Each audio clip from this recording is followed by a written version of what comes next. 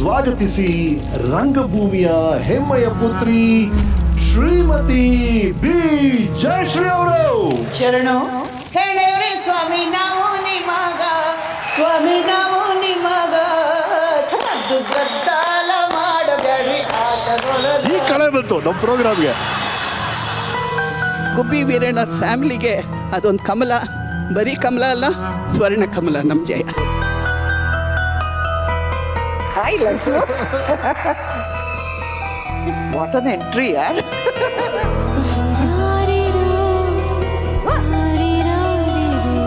ಸಿಕ್ಕಾಪಟ್ಟೆ strict, time ಅಂದರೆ time. Moka ಹೇಳ್ತಿದ್ದವ್ರಿಗೆ Hitler Hitler ಅಂತ. ಹಿಟ್ಲರ್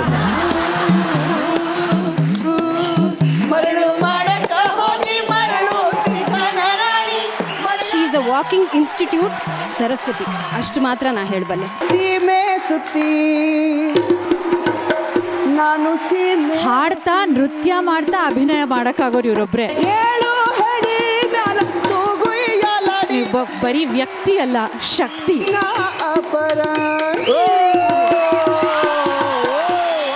ನಿಮ್ಮ ತಾಯಿಗೆ ಆಕ್ಸಿಡೆಂಟ್ ಆಗುತ್ತೆ, ನಿಮ್ಗೆ ಪ್ರಾಬ್ಲಿ ಒಂದು ಹೈಸ್ಕೂಲ್ ಹುಡುಗಿ ಏಜಲ್ಲಿ ಒಂದು ಕೆಟ್ಟ ಅನುಭವ ಆಗುತ್ತೆ ನಿಮಗೆ.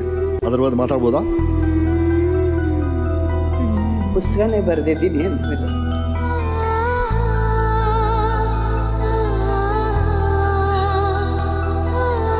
ಕಷ್ಟ ಆಗುತ್ತೆ.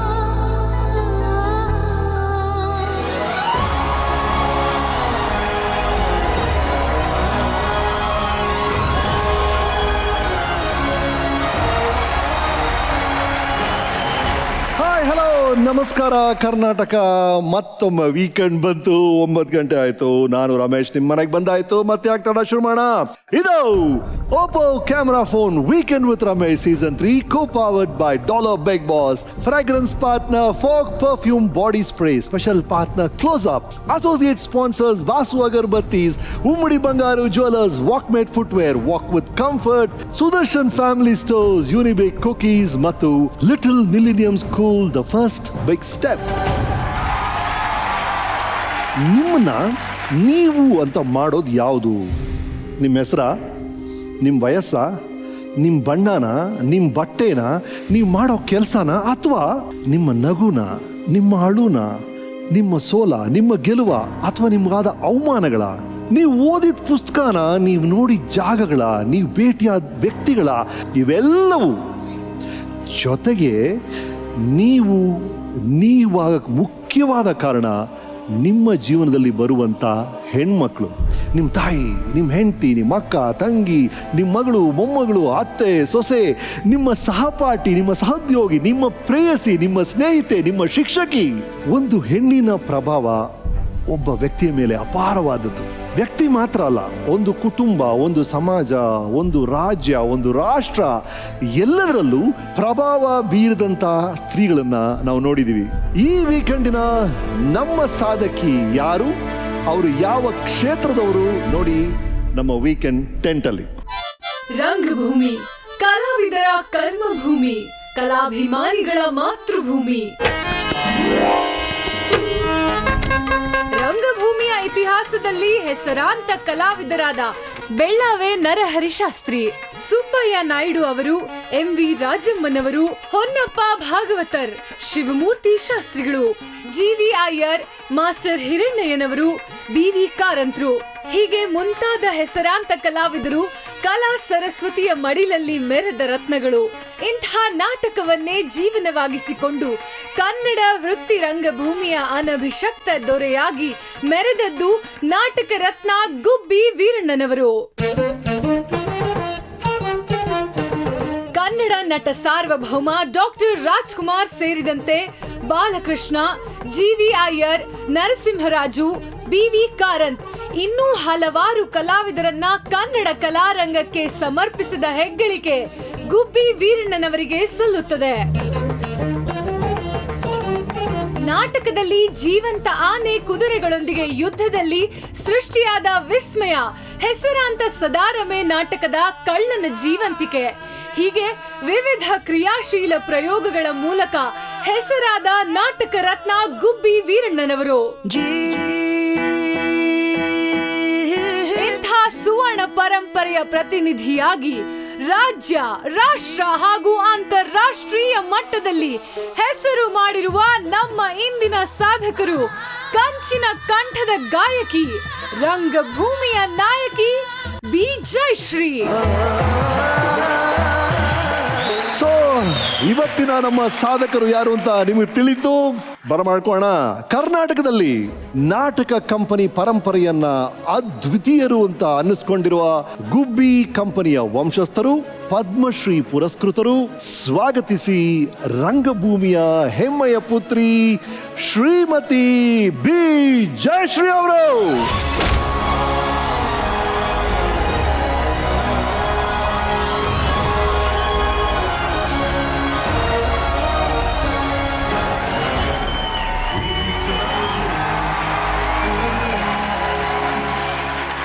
ರೈಟ್, ನಿಮ್ಗೆ ಗೊತ್ತಿರ ಹಾಗೆ ಇವರು ಶ್ರೀಮತಿ ಬಿ ಜಯಶ್ರೀ ಅವರು ಜೂನ್ 9, 1950 ಬೆಂಗಳೂರಲ್ಲಿ ಜನನ.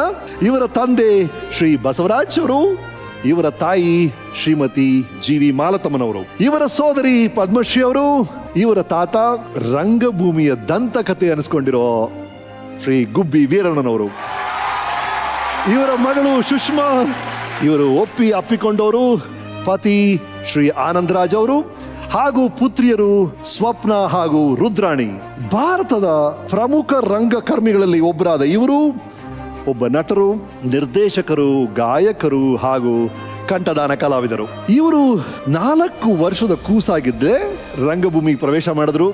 ಅಂದ್ರೆ ಇವತ್ತಿಗೆ 63 ವರ್ಷಗಳಿಂದ ರಂಗಭೂಮಿಯ ನಿರಂತರ ಸೇವೆಯಲ್ಲಿದ್ದಾರೆ ಶ್ರೀಮತಿ ಬಿ ಜಯಶ್ರೀ ಅವರು. That's so wonderful. 1973 ದೆಹಲಿಯ ನ್ಯಾಷನಲ್ ಸ್ಕೂಲ್ ಆಫ್ ಡ್ರಾಮಾದಿಂದ ಪದವೀಧರರಾದರು. ಇವರು ಸರಿಸುಮಾರು 50 ಚಿತ್ರಗಳಲ್ಲಿ ಹಿನ್ನೆಲೆ ಗಾಯಕರಾಗಿ, 100ಕ್ಕೂ ಹೆಚ್ಚು ಚಿತ್ರಗಳಲ್ಲಿ ಕಂಠದಾನ ಕಲಾವಿದರಾಗಿ ಧ್ವನಿ ನೀಡಿದ್ದಾರೆ. ಇವರು ಪ್ರಸ್ತುತ ಸ್ಪಂದನ ರಂಗಭೂಮಿ ತಂಡದ ಸೃಜನಾತ್ಮಕ ನಿರ್ದೇಶಕರು. ಇವರಿಗೆ ಉತ್ತರ ಪ್ರದೇಶದ ಸಂಗೀತ ನಾಟಕ ಅಕಾಡೆಮಿಯ ಸಪ್ತ ಹಾಶ್ಮಿ ಪ್ರಶಸ್ತಿ, ಕೇಂದ್ರ ಸಂಗೀತ ನಾಟಕ ಅಕಾಡೆಮಿಯ ಪ್ರಶಸ್ತಿ, ರಾಜ್ಯೋತ್ಸವ ಪ್ರಶಸ್ತಿ, ಆಳ್ವಾ ನುಡಿಸಿರಿ ಪ್ರಶಸ್ತಿ, ಬಿ.ವಿ. ಕಾರಂತ್ ಸ್ಮೃತಿ ಪುರಸ್ಕಾರ ಇವೆಲ್ಲವೂ ದೊರಕಿದೆ. 2011 ಅಬುದಾಬಿ ಚಲನೋತ್ಸವದಲ್ಲಿ ಇವರು ನಟಿಸಿದ ಸೌತ್ ಆಫ್ರಿಕನ್ ಚಿತ್ರಕ್ಕೆ ಬ್ಲ್ಯಾಕ್ ಪರ್ಲ್ ಅತ್ಯುತ್ತಮ ನಟಿ ಪ್ರಶಸ್ತಿ ಮೇಡಮ್ಗೆ ದೊರಕಿದೆ. ಇಡೀ ಭಾರತದಲ್ಲೇ ಪ್ರಥಮ ಬಾರಿಗೆ ಈ ಪ್ರಶಸ್ತಿ ನಮ್ಮ ಭಾರತಕ್ಕೆ ತಂದುಕೊಟ್ಟವರು ಬಿ ಜಯಶ್ರೀ ಅವರು. ಇವರಿಗೆ 2009 ಕರ್ನಾಟಕ ರಾಜ್ಯ ಮುಕ್ತ ವಿಶ್ವವಿದ್ಯಾಲಯದಿಂದ ಗೌರವ ಡಾಕ್ಟರೇಟ್ ಪದವಿ ಸಿಕ್ಕಿದೆ. 2010 ರಾಜ್ಯಸಭಾ ಸದಸ್ಯರಾಗಿ ಪದಾರ್ಪಣೆ ಮಾಡಿದ್ರು. ಇವರ ರಂಗಭೂಮಿ ಸೇವೆಗೆ 2013 ಭಾರತದ 4ನೇ ದೊಡ್ಡ ನಾಗರಿಕ ಪ್ರಶಸ್ತಿಯಾದ ಪದ್ಮಶ್ರೀ ಪ್ರಶಸ್ತಿ ದೊರಕಿದೆ.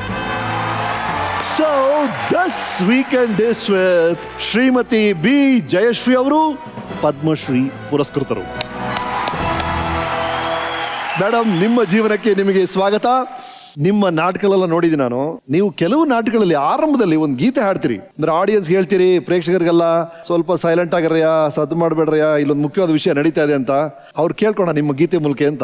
ಶರಣು ಹೇಳೇವ್ರಿ ಸ್ವಾಮಿ ನಾವು ನಿಮಗ, ಸ್ವಾಮಿ ನಾವು ನಿಮಗ, ಸದ್ದು ಗದ್ದಾಲ ಸದ್ದು ಗದ್ದಾಲ ಮಾಡಬ್ಯಾಡ್ರಿ ಆಟದೊಳಗ, ಸದ್ದು ಗದ್ದಾಲ ಮಾಡಬ್ಯಾಡ್ರಿ ಆಟದೊಳಗ. ಸಣ್ಣ ಹುಡುಗರು ನಾವು ಬಣ್ಣಕ್ಕ ಹೆದರವರು, ಚೆನ್ನಾಗಿ ಕೇಳರಿ ನಮ್ಮ ಕವನ.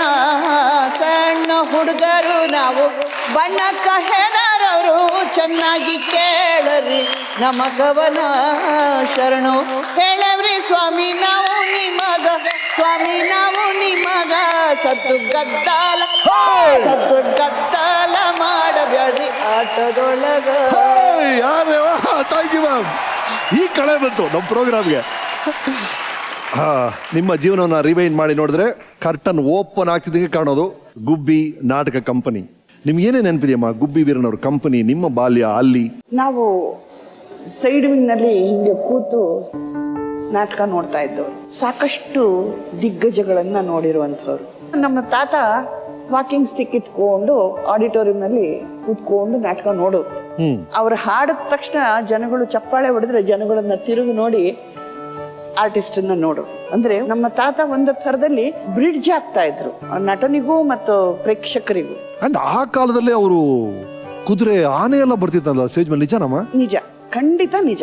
ಈಗ ನಾವು ಸಿನಿಮಾದಲ್ಲಿ ನೋಡ್ತೀವಿ ಅದನ್ನೆಲ್ಲ, ಕಾಲದಲ್ಲಿ ಡ್ರಾಮಲ್ಲಿ ಮಾಡ್ತಿದ್ರಂತೆ ಸಾರು. ಆಗ ಸಿನಿಮಾ ಇರ್ಲಿಲ್ವಲ್ಲ. ಆ ಕುರುಕ್ಷೇತ್ರ ನಾಟಕದಲ್ಲಿ ಪಾಸ್ ಆಗೋದು ಆನೆ, ಎಷ್ಟು ಚೆನ್ನಾಗಿ ಹೇಳಿದ ಮಾತಂಗೆ ಈ ಕಡೆಯಿಂದ ಆ ಕಡೆ ಹೋಗೋದು, ಅವುಗಳು ಒಬ್ಬ ನಟರಾಗಿ ನಿಂತ್ಕೊಳ್ಳೋದು ಸ್ಟೇಜ್ ಮೇಲೆ.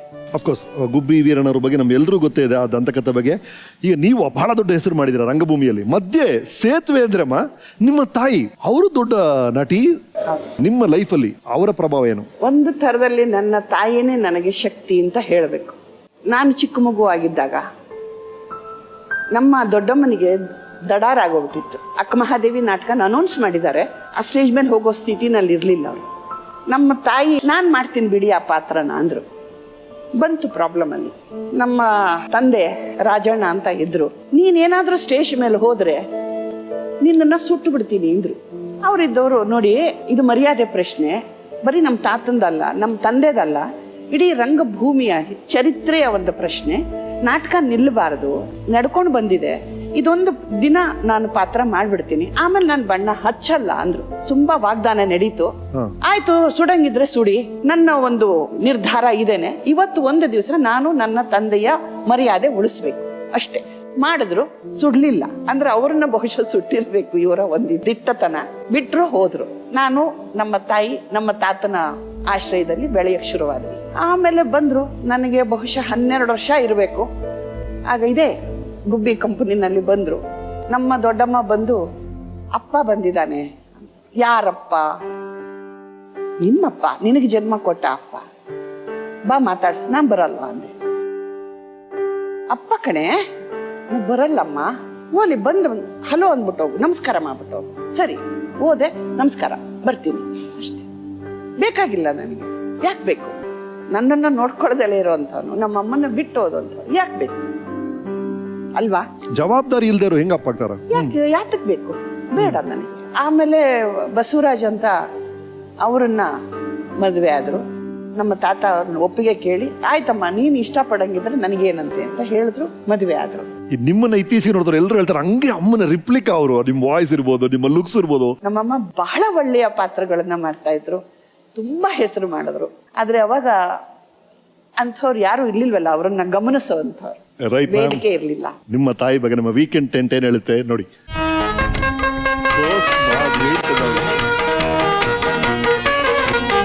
ಮಾಲ್ತಮ್ಮ ಅವರು ನಮ್ಮ ದೊಡ್ಡಮ್ಮ.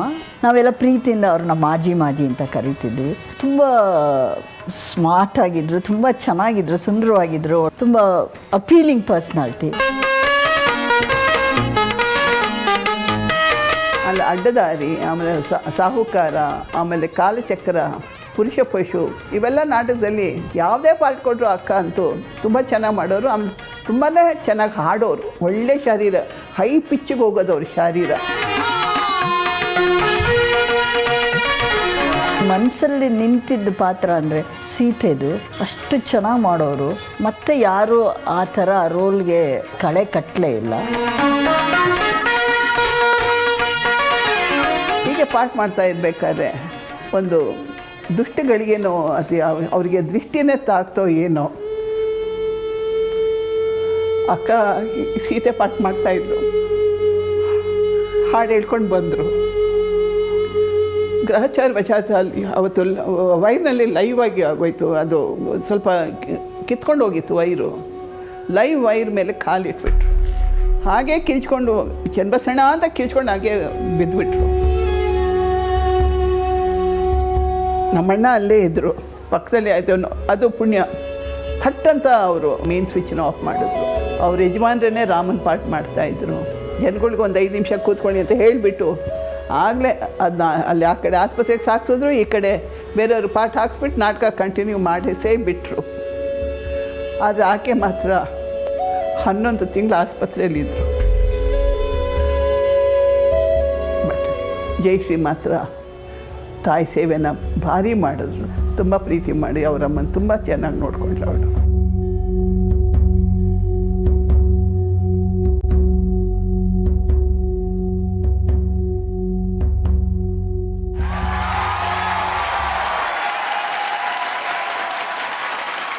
ಏನು ಸ್ಟೋರಿ ಅದು ಕೇಳಕ್ಕೆ, ಆ ಘಟನೆ ಕೇಳಕ್ಕೆ ಇಟ್ಸ್ ಸೋ ಶಾಕಿಂಗ್. ಅಂದರೆ ಸೀತೆ ರೋಲ್ ಮಾಡ್ತಾ ಇದ್ದವರು ಆ ಪಾತ್ರ ಮಾಡ್ತಿರ್ಬೇಕಾದ್ರೆ ಹಿಂದೆ ಎಲ್ಲ ಹೋಗಿದ್ದಾರೆ, ಅಲ್ಲಿ ಎಲೆಕ್ಟ್ರಿಕ್ ವೈರ್, ಲೈವ್ ವೈರ್ ಮೇಲೆ ಕಾಲಿಟ್ರ ಅಮ್ಮ. ಇದೇ ಗುಬ್ಬಿ ರಂಗಮಂದಿರದಲ್ಲಿ, ಮೆಜೆಸ್ಟಿಕ್ನಲ್ಲಿ ಇದೆಯಲ್ಲ ಗುಬ್ಬಿ ರಂಗಮಂದಿರ, ಅಲ್ಲಿ ಸ್ಕಿನ್ ಔಟ್ ಆದ ವೈರ್ ಮೇಲೆ ಕಾಲು ಇಟ್ಟಿದ್ದಾರೆ. ಮಳೆ, ನೆಲ ಒದ್ದೆ ಇದೆ, ಒಡವೆ, ಜರಿ ಸೀರೆ. ಸೊ ಕರೆಂಟ್ ಸುತ್ತಕೊಂಡು, ವೈರೆಲ್ಲ ಸುತ್ತಕೊಂಡು ಕೆಳಗೆ ಬಿದ್ದಿದ್ದಕ್ಕೆ ಇಲ್ಲಿ ಈ ಕಾಲು ಮುರಿತು, ಇಲ್ಲಿ ತೊಡೆ ಮುರಿತು. ನೆಕ್ಸ್ಟ್ ಎಬ್ಬರ್ಸಕ್ಕೋದ್ರೆ ಆಗಲ್ಲ, ನನ್ನನ್ನು ದುರ್ಯೋಧನನ್ನ ತೊಡೆ ಮುರಿದೋಗಿದೆ ನನ್ನ ತೊಡೆ, ನನ್ನ ಕೈನಲ್ಲಿ ಇನ್ನು ಎದ್ದೋಳಕ್ಕೆ ಆಗ್ತಾ ಇಲ್ಲ, ಬೇರೆ ಯಾರನ್ನಾದ್ರೂ ರೆಡಿ ಮಾಡಿ ಅಂತ ಅಂದರು. ಆಡಿಯನ್ಸ್ಗೆ ನಿಜವಾಗ್ಲೂ ಪಾದಕ್ಕೆ ಬಿದ್ರೂ ಸಾಕಾಗಲ್ಲ.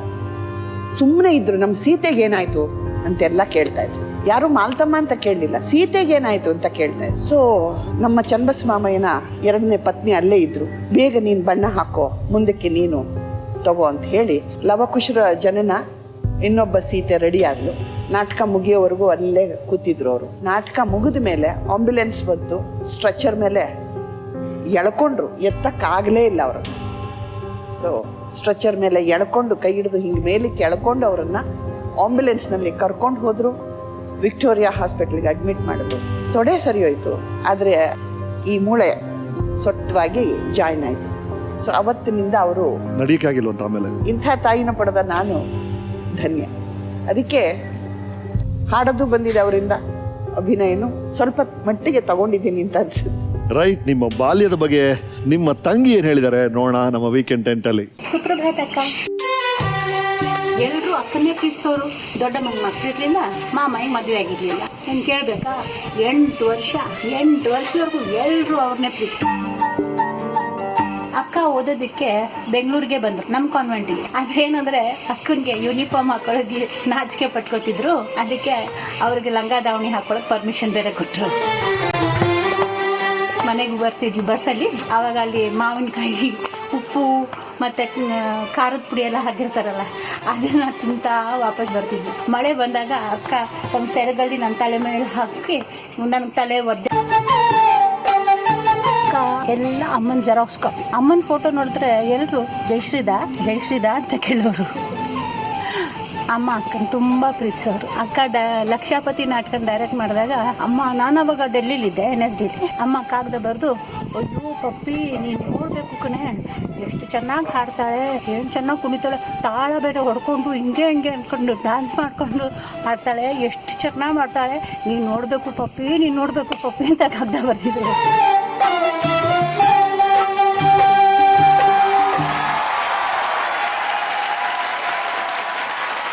ಬೈಯೋಳು 8 ವರ್ಷ ಮುಂಚೆ ಉಟ್ಬಿಟ್ಟು ನೀನೇ ಎಲ್ಲ ಥಿಯೇಟರ್ನೆಲ್ಲ ಅನುಭವಿಸ್ಬಿಟ್ಟಿದ್ಯಾ, ನನಗೇನು ಉಳಿಸೇ ಇಲ್ಲ ಅಂತ. ನಂದ ಪ್ರಾಬ್ಲಮ್, ನಿಂದು ಪ್ರಾಬ್ಲಮ್.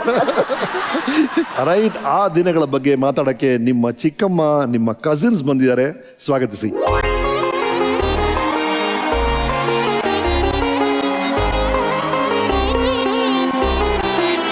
ಗುಬ್ಬಿ ವೀರಣ್ಣ ಅವರ ಪುತ್ರಿಯವರು.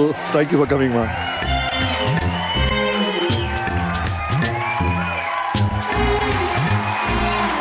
ಈಗ ತಾನೇ ಫಾದರ್ ಬಗ್ಗೆ ಮಾತಾಡ್ತಾ ಇದ್ವಿ, ಆ ದಿನಗಳ ಬಗ್ಗೆ ಹೇಳಿ. ಜಯಶ್ರೀ ಮೇಡಮ್ ಅವ್ರ ಬಾಲ್ಯದ ಬಗ್ಗೆ ಹೇಳಿ.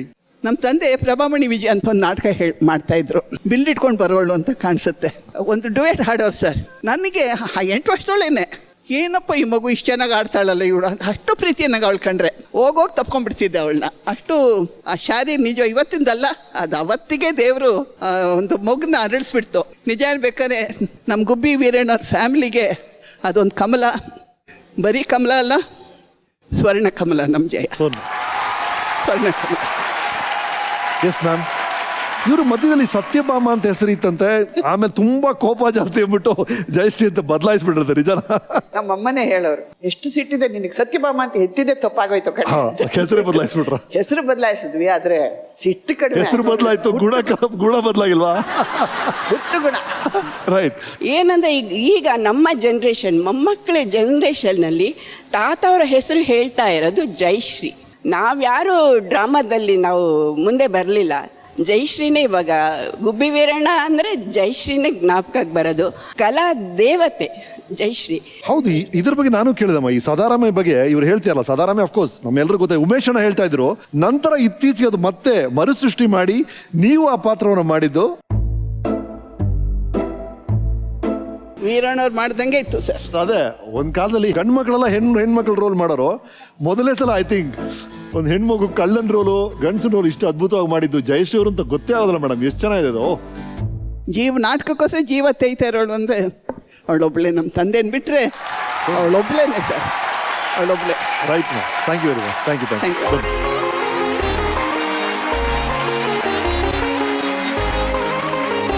ಎಸ್ ಮೇಡಮ್, ನಿಮ್ಮ ಬಾಲ್ಯಾಲ ಅಲ್ಲಿ ರಾಮ ಲಕ್ಷ್ಮಣ ಸೀತೆ ಕುರುಕ್ಷೇತ್ರ ಆನೆ ಕುದುರೆ ಈ ಥರ ವಾತಾವರಣದಲ್ಲೇ ಬೆಳೆದವ್ ನೀವು ದಿಢೀರಂತ ಒಂದು ಕಾರ್ಪೊರೇಷನ್ ಸ್ಕೂಲ್ಗೆ ಸೇರ್ತೀರಿ. ನಿಮ್ಮ ಶಾಲೆ ದಿನಗಳ ಬಗ್ಗೆ ನಮ್ಮ ವೀಕೆಂಡ್ ಟೆಂಟ್ ಏನು ಹೇಳುತ್ತೆ ನೀವೇ ನೋಡಿ. ಅದನ್ನು ಹಿಡ್ಕೊಂಡು ಹಲೋ ಜಯ, ಹೇಗಿದ್ದೀರಾ? ಎಷ್ಟು ವರ್ಷ ಆಯ್ತು ನಮ್ಮ ಫ್ರೆಂಡ್ಶಿಪ್ ಆಗಿ? 51 ವರ್ಷ. 1966 8th ಸ್ಟ್ಯಾಂಡರ್ಡ್ಗೆ ನಾನು ನೀವು ಒಟ್ಟಿಗೆ ಸ್ಕೂಲಿಗೆ ಸೇರಿದ್ವಲ್ಲ, ಕಾರ್ಪೊರೇಷನ್ ಗರ್ಲ್ಸ್ ಹೈಸ್ಕೂಲ್.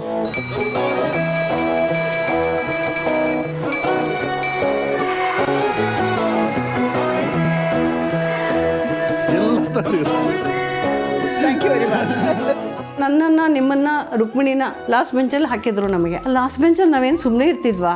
ಎಷ್ಟು ಕೀಟ್ಲೆಗಳು ಮಾಡ್ತಾ ಇದ್ವಿ ಗೊತ್ತಲ್ವಾ ನಿಮಗೆ? ಸೈನ್ಸ್ ಟೀಚರು ಆಕೆ ಪಾಪ ಚಿಕ್ಕ ಜಡೆ, ಅವರು ಪಾಠ ಮಾಡುವಾಗೆಲ್ಲ ಅವ್ರ ಜಡೆ ಹೀಗೆ ಹೀಗೆ ಹೀಗೆ ಅಲ್ಲಾಡ್ತಾ ಇದ್ರು. ಅದನ್ನ ನೋಡಿ ನಮಗೆ ನಗು ಬರ್ತಿತ್ತು. ಆದರೆ ಅವ್ರೇನೋ ಈ ಕಡೆ ತಿರುಗಿ ನೋಡಿದ್ರೆ ಅಂಡರ್ಸ್ಟೂಡ್ ಅಂತ ಕೇಳಿದ್ರೆ ಅವರು ಎಸ್ ಮೇಡಮ್ ಅಂತ ಹೇಳ್ತಾ ಇದ್ವಿ ನಾವು. ಜ್ಞಾಪಕ ಇದೆಯಾ?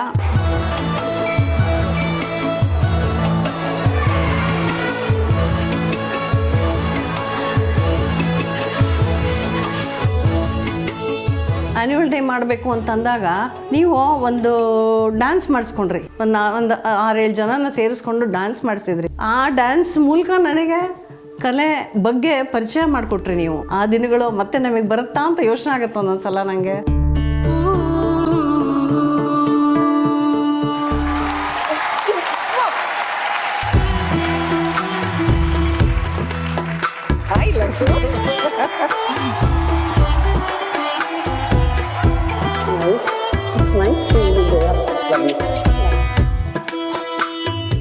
ಏನೋ ಒಂದು ಚೂರೇನಾದ್ರು ಸಿಕ್ಕೋ ಸಾಕು, ಅದನ್ನ ಹಿಡ್ಕೊಂಡು ಅಮ್ಮಮ್ಮ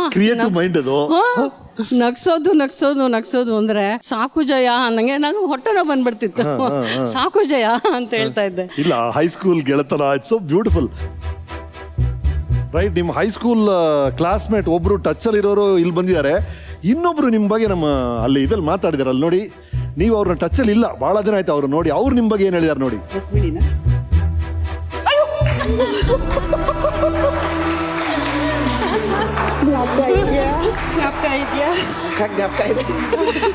ಎಷ್ಟು ವರ್ಷ ಆಯ್ತು ನೀವು ಮೀಟ್ ಮಾಡಿ? ಸುಮಾರು 87 ಲಾಸ್ಟ್. Very good. ಹೇಳಿ ಮೇಡಮ್. ಆಮೇಲೆ ನಮ್ಮದು ನಿಮ್ಮದು ಭೇಟಿ ಆಗಲಿಲ್ಲ. ಅಂದರೆ ನೀವು ಟಿ ವಿನಲ್ಲಿ ನಾವೆಲ್ಲ ನೋಡ್ತಾ ಇದ್ವಿ, ನಿಮ್ಮ ಬಗ್ಗೆ ಎಲ್ಲ ಓದ್ತಾ ಇದ್ವಿ, ಆದರೆ ಪರಸ್ಪರ ಭೇಟಿ ಆಗಿರಲಿಲ್ಲ. ರೈಟ್. ಹೈಸ್ಕೂಲ್ ಗೆಳತಿಯರು ಬಹಳ ವರ್ಷಗಳ ನಂತರ ಸಿಕ್ಕಿದ್ದಾರೆ, ಮಾತಾಡೋದು ಸಿಕ್ಕಾಪಟ್ಟೆ ಇರುತ್ತೆ. ಮೇಡಮ್, ನಿಮ್ಮ ಬುಕ್ಕಲ್ಲಿ ಒಂದು ಘಟನೆ ಓದಿದೆ ನಾನು.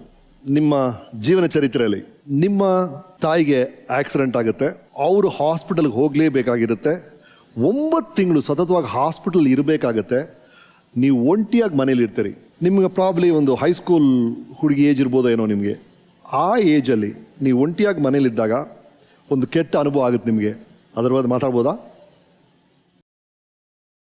ಪುಸ್ತಕನೇ ಬರೆದಿದ್ದೀನಿ ಅಂದಮೇಲೆ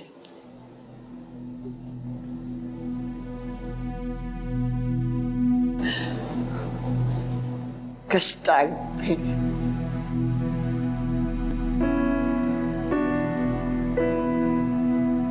ನಾನಾಗಲೇ ಹೇಳಿದ್ದೆ, ನನ್ನ ತಂದೆ ರಾಜಣ್ಣ ಅಂತ, ಜನ್ಮ ಕೊಟ್ಟ ತಂದೆ. ನಮ್ಮಮ್ಮನೇ ನನ್ನನ್ನು ಕಂಪ್ನಿಯಿಂದ ನೋಡ್ಕೊಂಡು ಬಂದಳು. ನನ್ನ ತಂದೆ 2ನೇ ತಂದೆ ಅಂದರೆ ಮಲೆ ತಂದೆ. ಅಮ್ಮ ಹಾಸ್ಪಿಟ್ಲಲ್ಲಿದ್ದರು. ಒಂದು ಫೈನ್ ಡೇ ಏನೋ ಭಾರ ಆಯಿತು ನನಗಷ್ಟೆ.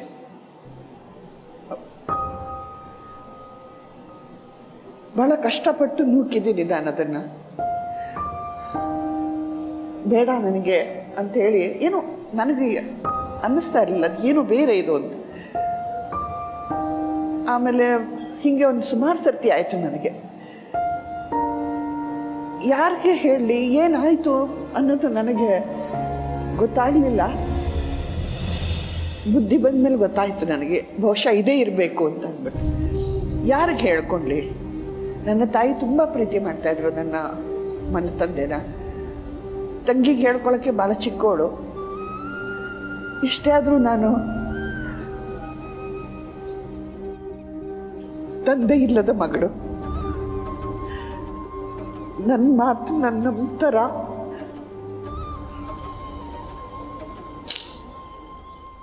ಸರಿಮಾ, ಆ ಘಟನೆಗೆ ಹೋಗೋದು ಬೇಡ ನಾವು. ಬಟ್ ಈಗ ಎಷ್ಟೊಂದು ಜನಕ್ಕೆ ಈ ಸಮಸ್ಯೆ ಇರ್ಬೋದು.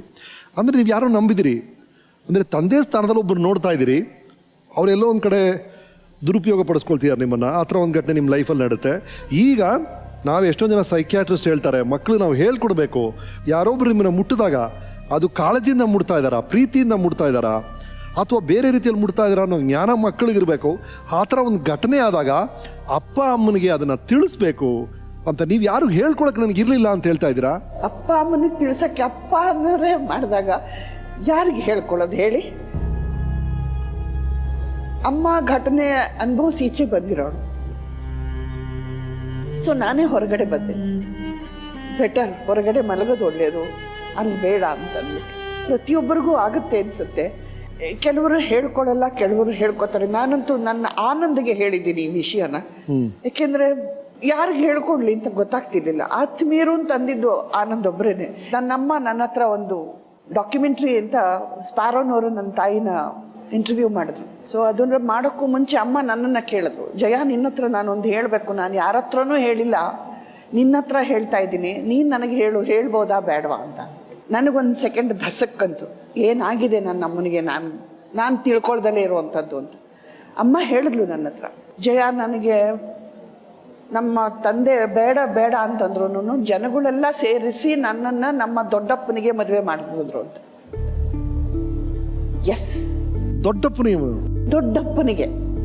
ತಾತ ಇನ್ನಿಲ್ದಂಗೆಲ್ಲ ಗಲಾಟೆ ಮಾಡಿದ್ರಂತೆ. ಬೇಡ ಕಣೋ, ಅವಳು ದೊಡ್ಡ ಮಗಳಾಗ್ತಾಳೆ, ಮಗಳನ್ನ ದೊಡ್ಡಪ್ಪನ ಕೊಡು ಕೂಡುದು ಅಂತಂದೆ. ಅಯ್ಯೋ ನಾಟಕದವಳು ಕಣೋ, ಏನಾಗುತ್ತೆ ಕೊಡಿ. ನಾಟಕದವ್ರ ಬಗ್ಗೆ ಇಷ್ಟು ಹಗುರವಾಗಿ ಹೇಗೆ ಮಾತಾಡ್ತಾರೆ? ಅಂದ್ರೆ ಇವ್ರು ನಾಟಕದವರು, ಇವ್ರು ಸಿನಿಮಾದವರು, ಈ ಕ್ಷೇತ್ರದವರು, ಆ ಕ್ಷೇತ್ರದವರು ಅಂತ ಹೆಂಗ್ ಡಿಸೈಡ್ ಮಾಡ್ತೀರಾ? ಹೆಂಗ್ ಜನರಲೈಸ್ ಮಾಡ್ತೀರಾ? ಒಬ್ಬೊಬ್ಬ ವ್ಯಕ್ತಿ ಒಂದೊಂಥರ ಅಲ್ವಾ? ಆಗಿನ ಕಾಲದಲ್ಲಿ ಹಂಗಿತ್ತಲ್ಲ. ಸೊ ಹಂಗಾಗಿ ಅವ್ರನ್ನ ಕಟ್ಟಿದ್ದಾರೆ. ನನಗೆ ಬಹಳ ಕಷ್ಟ ಆಯ್ತು ನನಗೆ. ಸೊ ದೊಡ್ಡಪ್ಪನಿಗೆ ನನ್ನನ್ನು ಮದುವೆ ಮಾಡಿಸಿದ್ದಾರೆ ಅಂದ್ರೆ ನನ್ನ ಸ್ಥಿತಿ ಏನಾಯ್ತು ಲೆಕ್ಕ ಹಾಕ್ಕೊಳ್ಳಿ. ದೊಡ್ಡಪ್ಪನಿಗೆ ಹುಟ್ಟಿರುವಂಥ ಮಗಳು ನಾನು, ಹೆಂಗಾಗಬೇಕು ನನಗೆ ಸಂಬಂಧ? ಆಮೇಲೆ ನನಗಿದು ಗೊತ್ತಾದಾಗ, ದಯವಿಟ್ಟು ಹೇಳು, ಇದನ್ನ ಹೇಳಮ್ಮ ಅಂತ ಹೇಳಿ ಅಮ್ಮನಿಗೆ ಧೈರ್ಯ ಹೇಳಿದವಳು ನಾನು. ನನಗೆ ನಮ್ಮಮ್ಮನಿಗೆ ನನಗೆ ಹಿಂಗಾಯ್ತಮ್ಮ ಅಂತ ಹೇಳೋ ಅಷ್ಟು ಧೈರ್ಯ ನನಗಿರಲಿಲ್ಲ. ಏಕೆಂದರೆ ನಮ್ಮಮ್ಮ ಭಾಳ ಪ್ರೀತಿ ಮಾಡಿ ಮದುವೆ ಆಗಿದ್ದಿದ್ದ ಅವ್ರನ್ನ. ಆ ಪ್ರೀತಿಗೆ ನಾನು ನೀರೆರಚಬಾರ್ದು ಅಂತ ನಾನು ಯಾರಿಗೂ ಹೇಳ್ಕೊಡ್ಲಿಲ್ಲ. ನನ್ನ ಆನಂದಿಗೆ ಹೇಳ್ಕೊಂಡೆ. ರಿಯಲಿ ಈ ಥರ ವೈಯಕ್ತಿಕ ಸಮಸ್ಯೆಗಳು, ಇಷ್ಟೊಂದು ಮಾನಸಿಕ ನೋವಿನ ಮಧ್ಯೆ ನೀವು ಮಾಡಿರುವಂಥ ಸಾಧನೆ ನಿಮ್ಮ ಗಟ್ಟಿತನವನ್ನು ತೋರಿಸುತ್ತೆ. ರೈಟ್ ಮ್ಯಾಮ್, ಮುಂದುವರ್ಸೋಣ. ನೀವು ಅಲ್ಲಿಂದ ಈ ಥರ ಸಮಸ್ಯೆಗಳ ಮಧ್ಯೆ ಇದನ್ನೆಲ್ಲ ಬಿಟ್ಟು ನ್ಯಾಷನಲ್ ಸ್ಕೂಲ್ ಆಫ್ ಡ್ರಾಮಾಗೆ ಹೋಗ್ತೀರಿ. ಆ ನಿಮ್ಮ NSD ಕ್ಲಾಸ್ಮೇಟ್ಸ್, ಘಟಾನ್ಘಟಿಗಳು, ನಸರುದ್ದೀನ್ ಶಾ ನಿಮ್ಮ ಕ್ಲಾಸ್ಮೇಟ್ ಅಂತೆ, ಓಂಪುರಿ ನಿಮ್ಮ ಕ್ಲಾಸ್ಮೇಟ್ ಅಂತೆ. ಆ ದಿನಗಳ ಬಗ್ಗೆ ಮಾತಾಡೋಣ. 25 ಜನ ಸ್ಟೂಡೆಂಟ್ಸ್ ಇದ್ವಿ ನಾವು. ತುಂಬ ಸ್ಟೂಡೆಂಟ್ಸ್ ಇದ್ದಿದ್ದು ನಾವೇನೆ, ನಮ್ಮದೇ ಬ್ಯಾಚು. ಇನ್ನೆಲ್ಲ ಬ್ಯಾಚು ಒಂದು 5 ಜನ ಇರೋರು. ಫೈನಲ್ ಇಯರ್ನಲ್ಲಂತೂ ಒಬ್ಬಳೇ ಇದ್ದಿದ್ದು. ಸೊ ನಮ್ದು 25 ಜನ ಮಹಾ ಕಿರಿಕ್ ಪಾರ್ಟಿಗಳು. ಅಂದರೆ ನಮ್ಮಷ್ಟು ಕಿರಿಕ್ ಇನ್ಯಾರೂ ಇರಲಿಲ್ಲ ಅನಿಸುತ್ತೆ. ಬನ್ಸಿ ಕೌಲ್, ನಸೀರು, ಓಂಪುರಿ, ಆಶಾ ಕಾಸ್ಬೇಕರ್, ಜಸ್ಪಾಲ್, ಭಾನುಭಾರತಿ, ಜ್ಯೋತಿ ದೇಶಪಾಂಡೆ, ಎಲ್ಲರೂ ಸಿಕ್ಕಾಪಟ್ಟೆ ಗಲಾಟೆ ಮಾಡುವಂಥವ್ರು. ಈ ಸವಿ ನೆನಪುಗಳನ್ನ ಮರುಕಳಿಸಕ್ಕೆ ವೀಕೆಂಡ್ 10 ಕಾಯ್ತಾ ಇದೆ ನೋಡಿ. ಮೈ ಡಿಯರ್ ಜಯ, ನನ್ನ ಬಹಳ ಬಹಳ ಪ್ರಿಯ ಸಖಿ, how are you?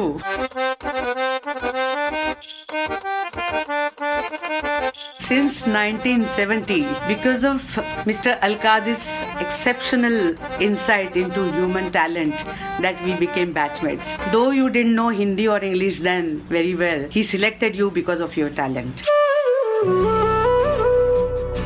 I remember that due to our language problem, we didn't get many main roles. Even I didn't get many main roles. But I remember one incident. This was a Japanese play. Both of us were playing soldiers. And the demon comes and the soldiers are frightened and they dance all over the stage. And, and the audience was in splits. I remember this. We have been such close friends and I'm so proud of you.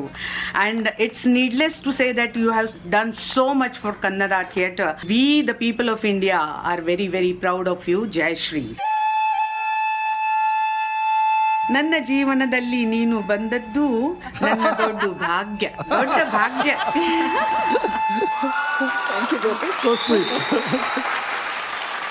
Right ma'am. ಆ ಟೈಮಲ್ಲಿ ನೀವು NSD ಅಲ್ಲಿ ಇದ್ದಾಗ ಗುಬ್ಬಿ ವೀರಣ್ಣವರು ಅದೇ ಟೈಮಲ್ಲಿ ತೀರ್ಕೊಳ್ತಾರೆ ಅಂತ ನಾವು ಕೇಳ್ಬಿಟ್ವಿ. 72.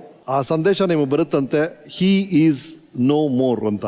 ಇಲ್ಲ, ನನಗೆ ನಾನು ರೇಡಿಯೋ ಕೇಳಲಿಲ್ಲ ಅವಾಗ.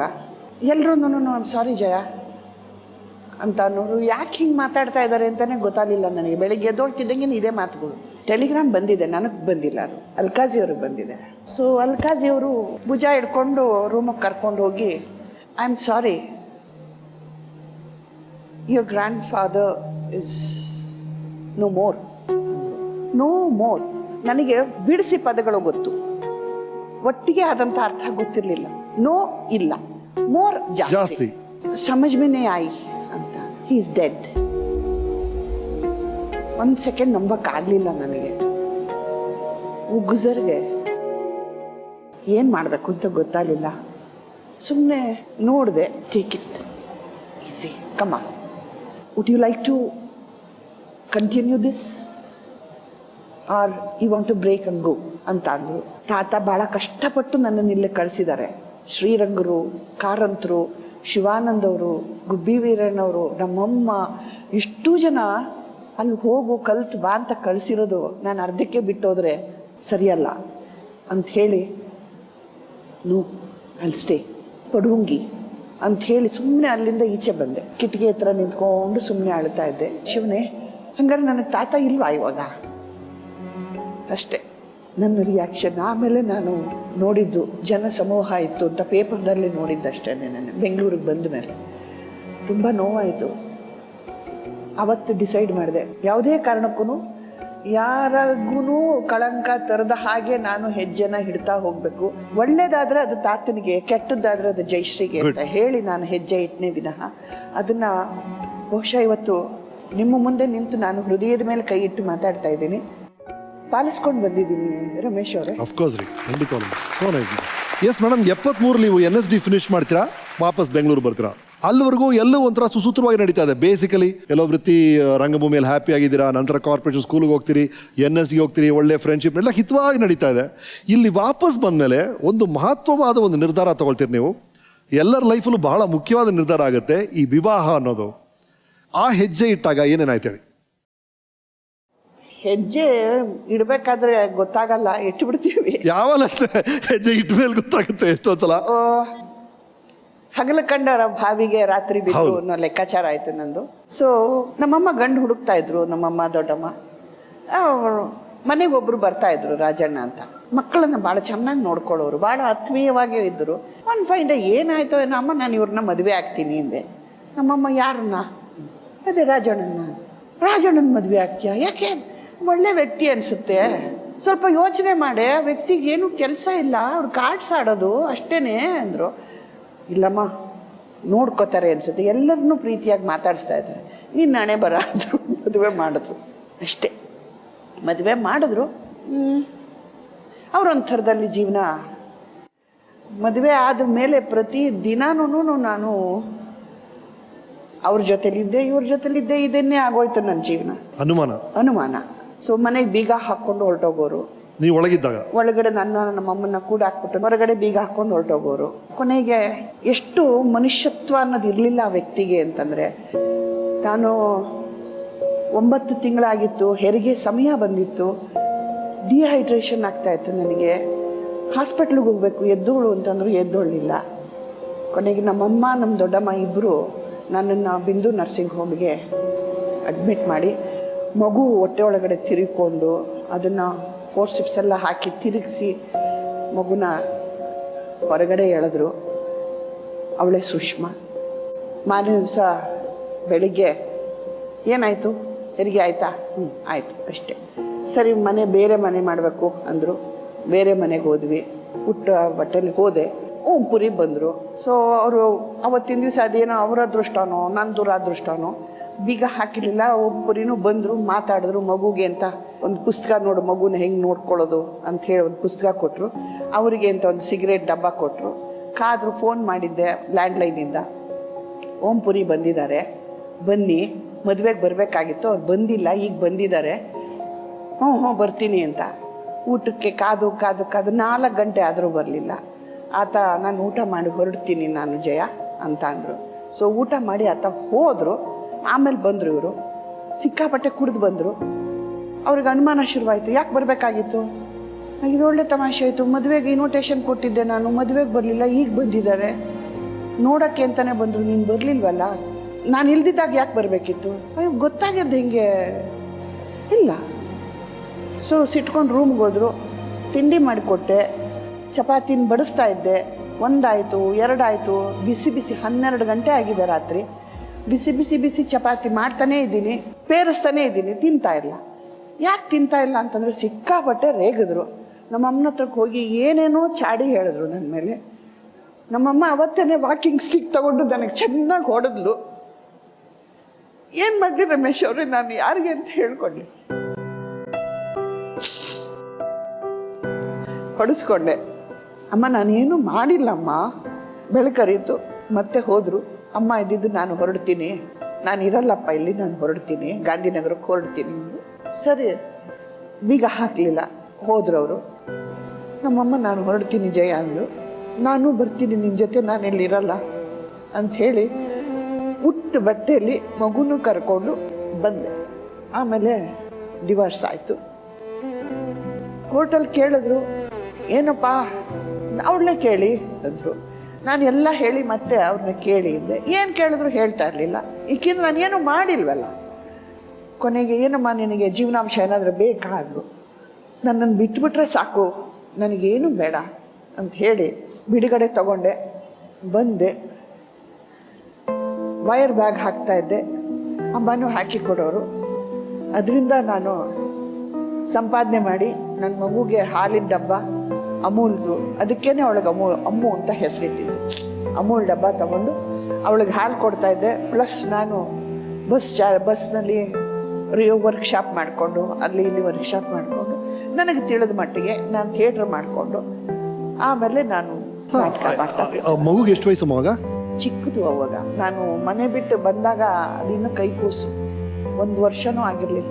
ಅಂದರೆ ಒಂದು ಕಡೆ ಅಂದ್ರೆ ಈ ಸಿಚುವೇಶನ್ ಎಷ್ಟು ಡೀಪ್ ಆಗಿದೆ ಅಂದರೆ, ಗುಬ್ಬಿ ವೀರಣ್ಣನ ಮೊಮ್ಮಗಳು ಅಂತ ಒಂದು ಪ್ರಭಾವಳಿ ಇದೆ. ಆ ಪ್ರಭಾವಳಿನ ನಾನು ಒಂದು ಕಡೆ ಅದಲ್ತಿರೋದು ಅಲ್ಲಲ್ಲ, ಅಷ್ಟು ದೊಡ್ಡ ಹೆಸರಿದೆ ನಿಮ್ಮ ಹಿಂದೆ. ಆದರೆ ನಿಮಗೆ ಕೈಯಲ್ಲಿ ಕೆಲಸ ಇಲ್ಲ ಅಂತ ಹೇಳ್ತೀರಿ.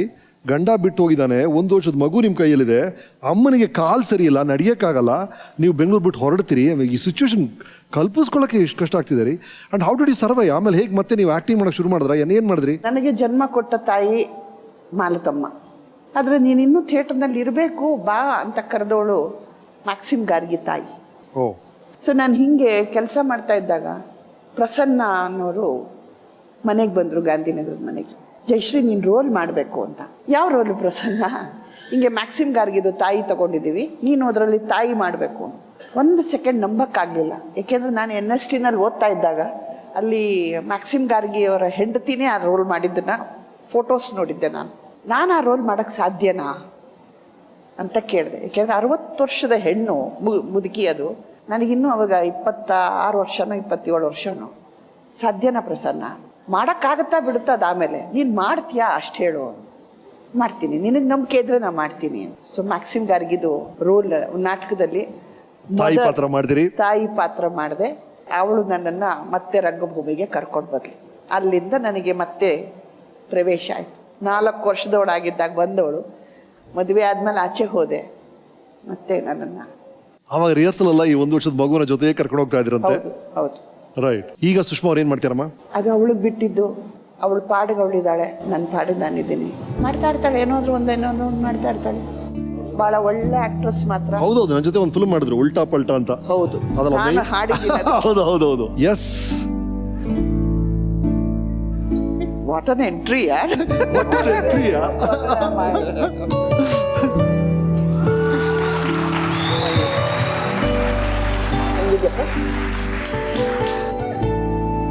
Have you? ನಾನು ಚೆನ್ನಾಗಿದ್ದೀನಿ, ಬದುಕಿದ್ದೀನಿ. ಈಗ ತಾನೇ ಮಾತಾಡ್ತಾ ಇದ್ವಿ, ಸಿಂಗಲ್ ಪೇರೆಂಟ್ ಆಗಿ ಅವ್ರು ನಿಮ್ಮನ್ನ ಬೆಳೆಸಿದ ರೀತಿ, ನಿಮ್ಗೆ 1 ವರ್ಷ ಆಯ್ತಂತೆ, ಅವ್ರು ರಿಹರ್ಸಲ್ಸ್ ಎಲ್ಲ ಹೋದ ನಿಮ್ಮನ್ನ ಜೊತೆ ಕರ್ಕೊಂಡು ಹೋಗ್ತಾ ಇರೋದು, ಆ ದಿನಗಳ ಬಗ್ಗೆ ಮಾತಾಡ್ತಾ ಇದ್ವಿ. Do remember all that? Totally. ತುಂಬ ಕಷ್ಟ ಆಗೋದು ಅವ್ರಿಗೆ ಸಿಂಗಲ್ ಪೇರೆಂಟ್ ಆಗಿ. ನಾನು ನಮ್ಮಮ್ಮ ಜೊತೆಯಲ್ಲಿ 100 ದಿನ ಒಟ್ಟಿಗೆ ಇದ್ದಿದ್ದಿಲ್ಲ ಒಂದೇ ಸೂರ್ ಕೆಳಗಡೆ. ಬಿಕಾಸ್ ಅವ್ರು ಯಾವಾಗಲೂ ಕೆಲಸಕ್ಕೆ ಅಂತ ಹೊರಗಡೆ ಹೋಗೋರು, ಸ್ಪಂದನ ಮುನ್ನಡೆಸೋಕ್ಕೆ ಕಾರಂತ್ ಅಂಕಲ್ ಜೊತೆ ಇರೋರು, ಅಲ್ಲಿರೋರು.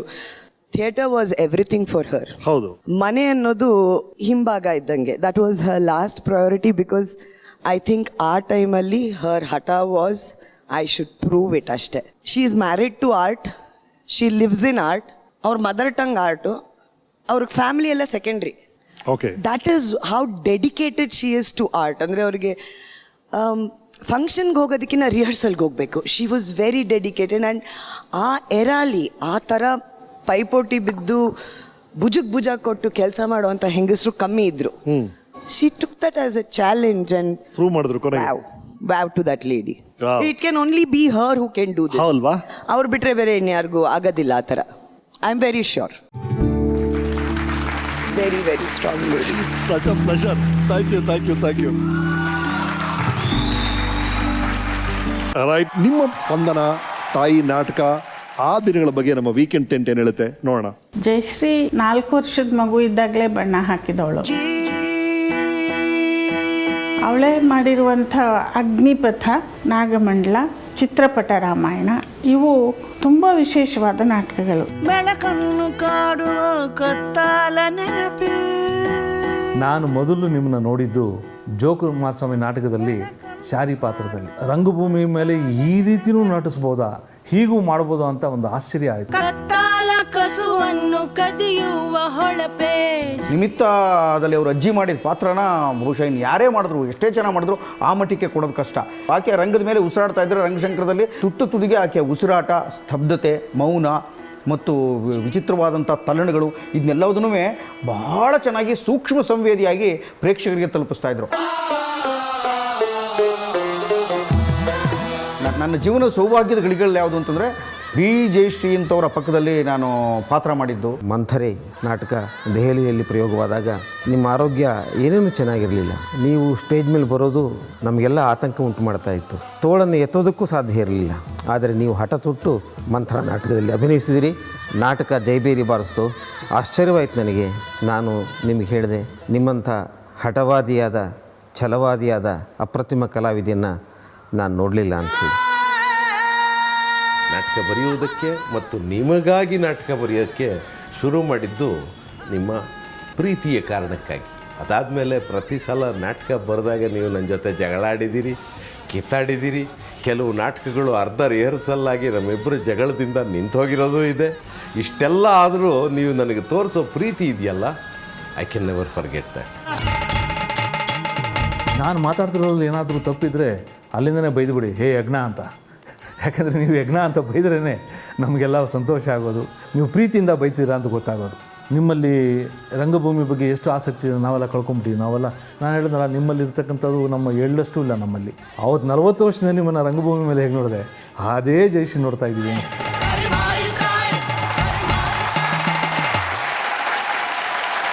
ಎಂದೂ ಮರೆಯಲಾಗದಂಥ ಪಾತ್ರಗಳನ್ನ ಮಾಡಿದ್ರಿ, ನಾಟಕಗಳನ್ನ ಡೈರೆಕ್ಟ್ ಮಾಡಿದ್ರಿ.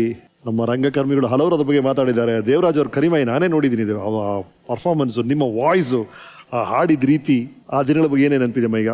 ನಾನು ಯಾವ ಒಂದು ಅಭಿಲಾಷೆ ಅಥವಾ ನಾನು ಇದನ್ನು ಮಾಡಿದ್ದಕ್ಕೆ ನನಗೆ ಇಂಥ ಒಂದು ಕೀರ್ತಿ ಸಿಗಬೇಕು ಅದಿಲ್ಲ ನನಗೆ.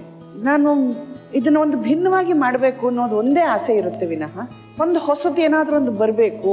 ನಾನು ಚಿಕ್ಕ ವಯಸ್ಸಿಂದನೂ ಕಂಪನಿನಲ್ಲಿ ಇದ್ದಿದ್ದರಿಂದ ಪ್ಲಸ್ NST ಕಲ್ತಿದ್ರಿಂದ ಇಲ್ಲಿ ಇಂಥವ್ರನ್ನ ಕರ್ಕೊಂಬರೋಣ ಅಂತ ಅನಿಸುತ್ತೆ ನನಗೆ. ಅವ್ರನ್ನ ಕರ್ಕೊಂಬರ್ತೀನಿ, ಪಾತ್ರದಲ್ಲಾದರೂ ಕರ್ಕೊಂಬರ್ತೀನಿ ಅಥವಾ ಸನ್ನಿವೇಶದಲ್ಲಿ ಕರ್ಕೊಂಬರ್ತೀನಿ. ಅವ್ರಿಗೆ ನೋಡಿದಾಗ ಅದು ಹೊಸದು ಅಂತ ಅವ್ರಿಗೆ ಅನ್ನಿಸ್ಬೇಕು, ನಾನು ಇಲ್ಲಿದ್ದೀನಿ ಅಂತ ಅವ್ರಿಗೆ ಅನ್ನಿಸ್ಬಾರ್ದು. ಸೊ ಇದೊಂದು ಹಠ ಇದೆ ನನಗೆ. ಜೊತೆಗೆ ಏನೇ ಮಾಡಿದ್ರು ಇನ್ನೊಬ್ರು ಮಾಡಕ್ ಸಾಧ್ಯ ಆಗಬಾರ್ದು ಅನ್ನೋ ಒಂದು ಹಠ ಇದೆ. Very good. ಅದು ಅದು ಅದು ರೈಟ್, ಬ್ಯೂಟಿಫುಲ್. ಅಫ್ಕೋರ್ಸ್ ನಿಮ್ಮನ್ನ ಭೇಟಿ ಮಾಡಿದ ಪ್ರತಿಯೊಬ್ಬರು ಯಾರೇ ಚಿಕ್ಕ ವಯಸ್ಸಿನ ಅದೇ ಆಗಿರ್ಬೇಕು, ನಿಮಗೆ ಫಸ್ಟ್ ಇಂಪ್ರೆಸ್ ಆಗೋದು ನಿಮ್ಮ ವಾಯ್ಸ್. ನನಗದು ಮೊದಲು ಪರಿಚಯ ಆಗಿದ್ದು ನಿಮ್ಮ ರಂಗ ಗೀತೆಗಳ ಮೂಲಕ. ಒಂದು ಗೀತೆ ಕೇಳಿಸ್ತೀನಿ, ನಿಮಗೆ ಏನು ಅನಿಸ್ತಾ ಹೇಳಿ. Song please.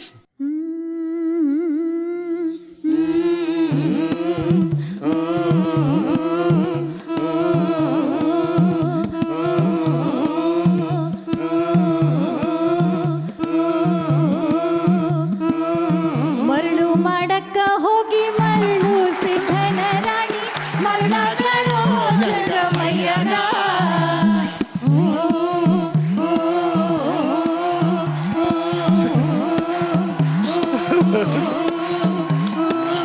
ಮರಳು ಮಾಡಕ್ಕ ಹೋಗಿ ಮರಳು ಸಿದ್ಧನ ರಾಣಿ ಮರಳಗಳು ಜಂಗಮಯ್ಯನ ಕಿನ್ನರಿಯ ಜಾಳ ಕೈಯಾಗ ನುಡಿದಂಗ ಬಂದಾಳ ಮೈಯಾಗ.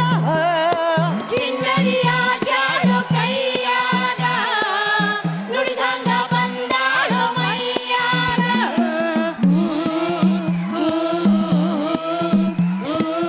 ಮರಳು ಮಾಡಕ್ಕ ಹೋಗಿ ಮರಳು ಸಿದ್ಧನ ರಾಣಿ ಮರಳಾದಳ ಜಂಗಮಯ್ಯನ.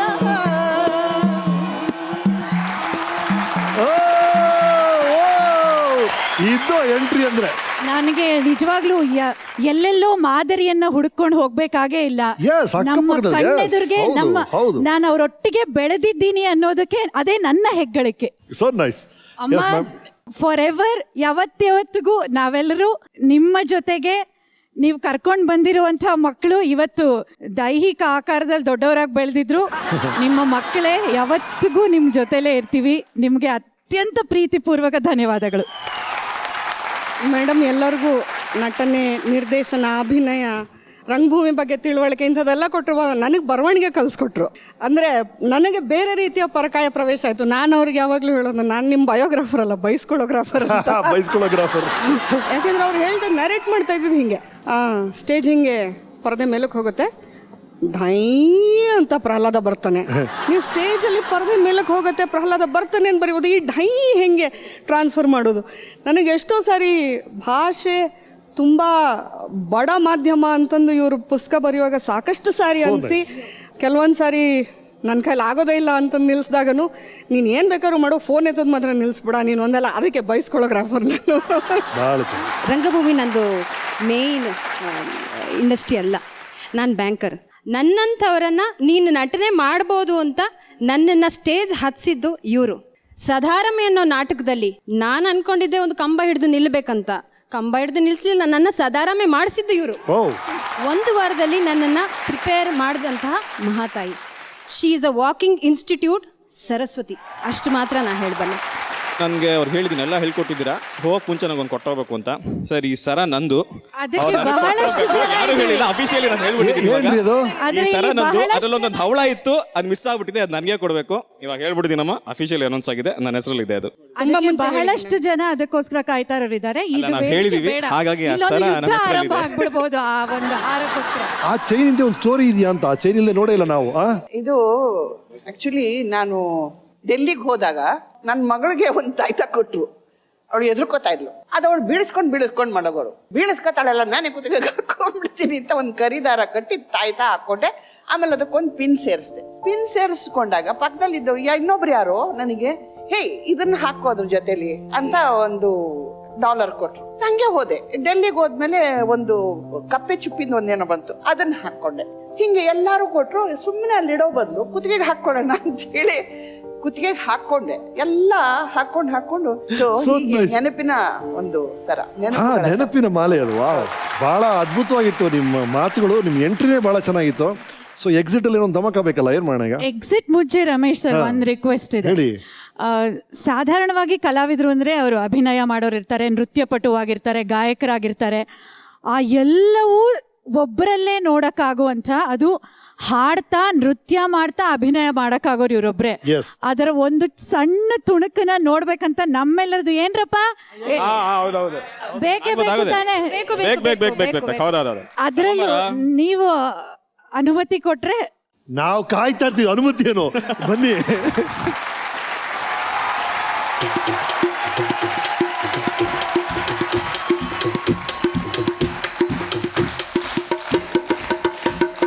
ಸೀಮೆ ಸುತ್ತಿ ನಾನು ಸೀಮೆ ರೋಸಿ, ನಾನು ಸೀಮೆ ಸುತ್ತಿ ನಾನು ಸೀಮೆ ರೋಸಿ, ನಾನು ಸೀಮೆ ಸುತ್ತಿ ಬಂದ ಕೊರವಂಜಿ ನಾ ಅಪರಂಜಿ. ಸೀಮೆ ಸುತ್ತಿ ನಾನು ಸೀಮೆ ರೋಸಿ, ನಾನು ಸೀಮೆ ಸುತ್ತಿ ಬಂದ ಕೊರವಂಜಿ ನಾ ಪರಂಜಿ.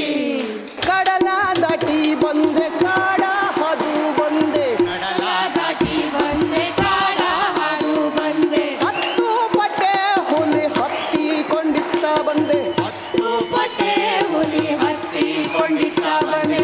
ಏಳು ಹೆಡಿ ಮ್ಯಾಲ ತೂಗುಯ್ಯಲಾಡಿ ಬಂದೆ. ಸೀಮೆ ಸುತ್ತಿ ನಾನು ಸೀಮೆ ರೋಸಿ,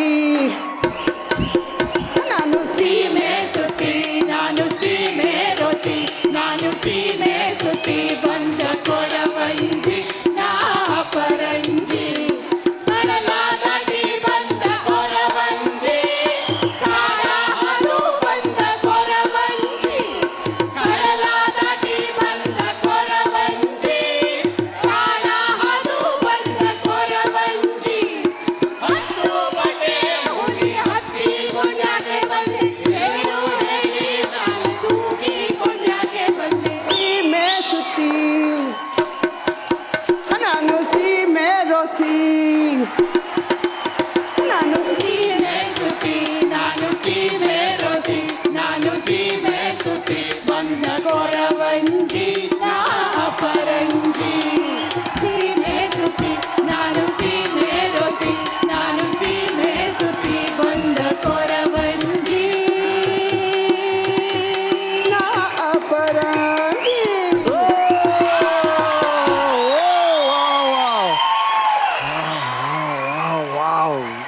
ಈಗ ನಮ್ಮ ರಂಗಭೂಮಿಯ ನ್ಯಾಷನಲ್ ಆಂಥಮ್, ನಮ್ಮ ಸಾವಿರದ ಶರಣವ್ವ ಕರಿಮಾಯಿ ತಾಯೇ, ನಮ್ಮ ರಂಗಭೂಮಿಯ ಕರಿಮಾಯಿಯಿಂದ ಕರಿಮಾಯಿ ಹಾಡು.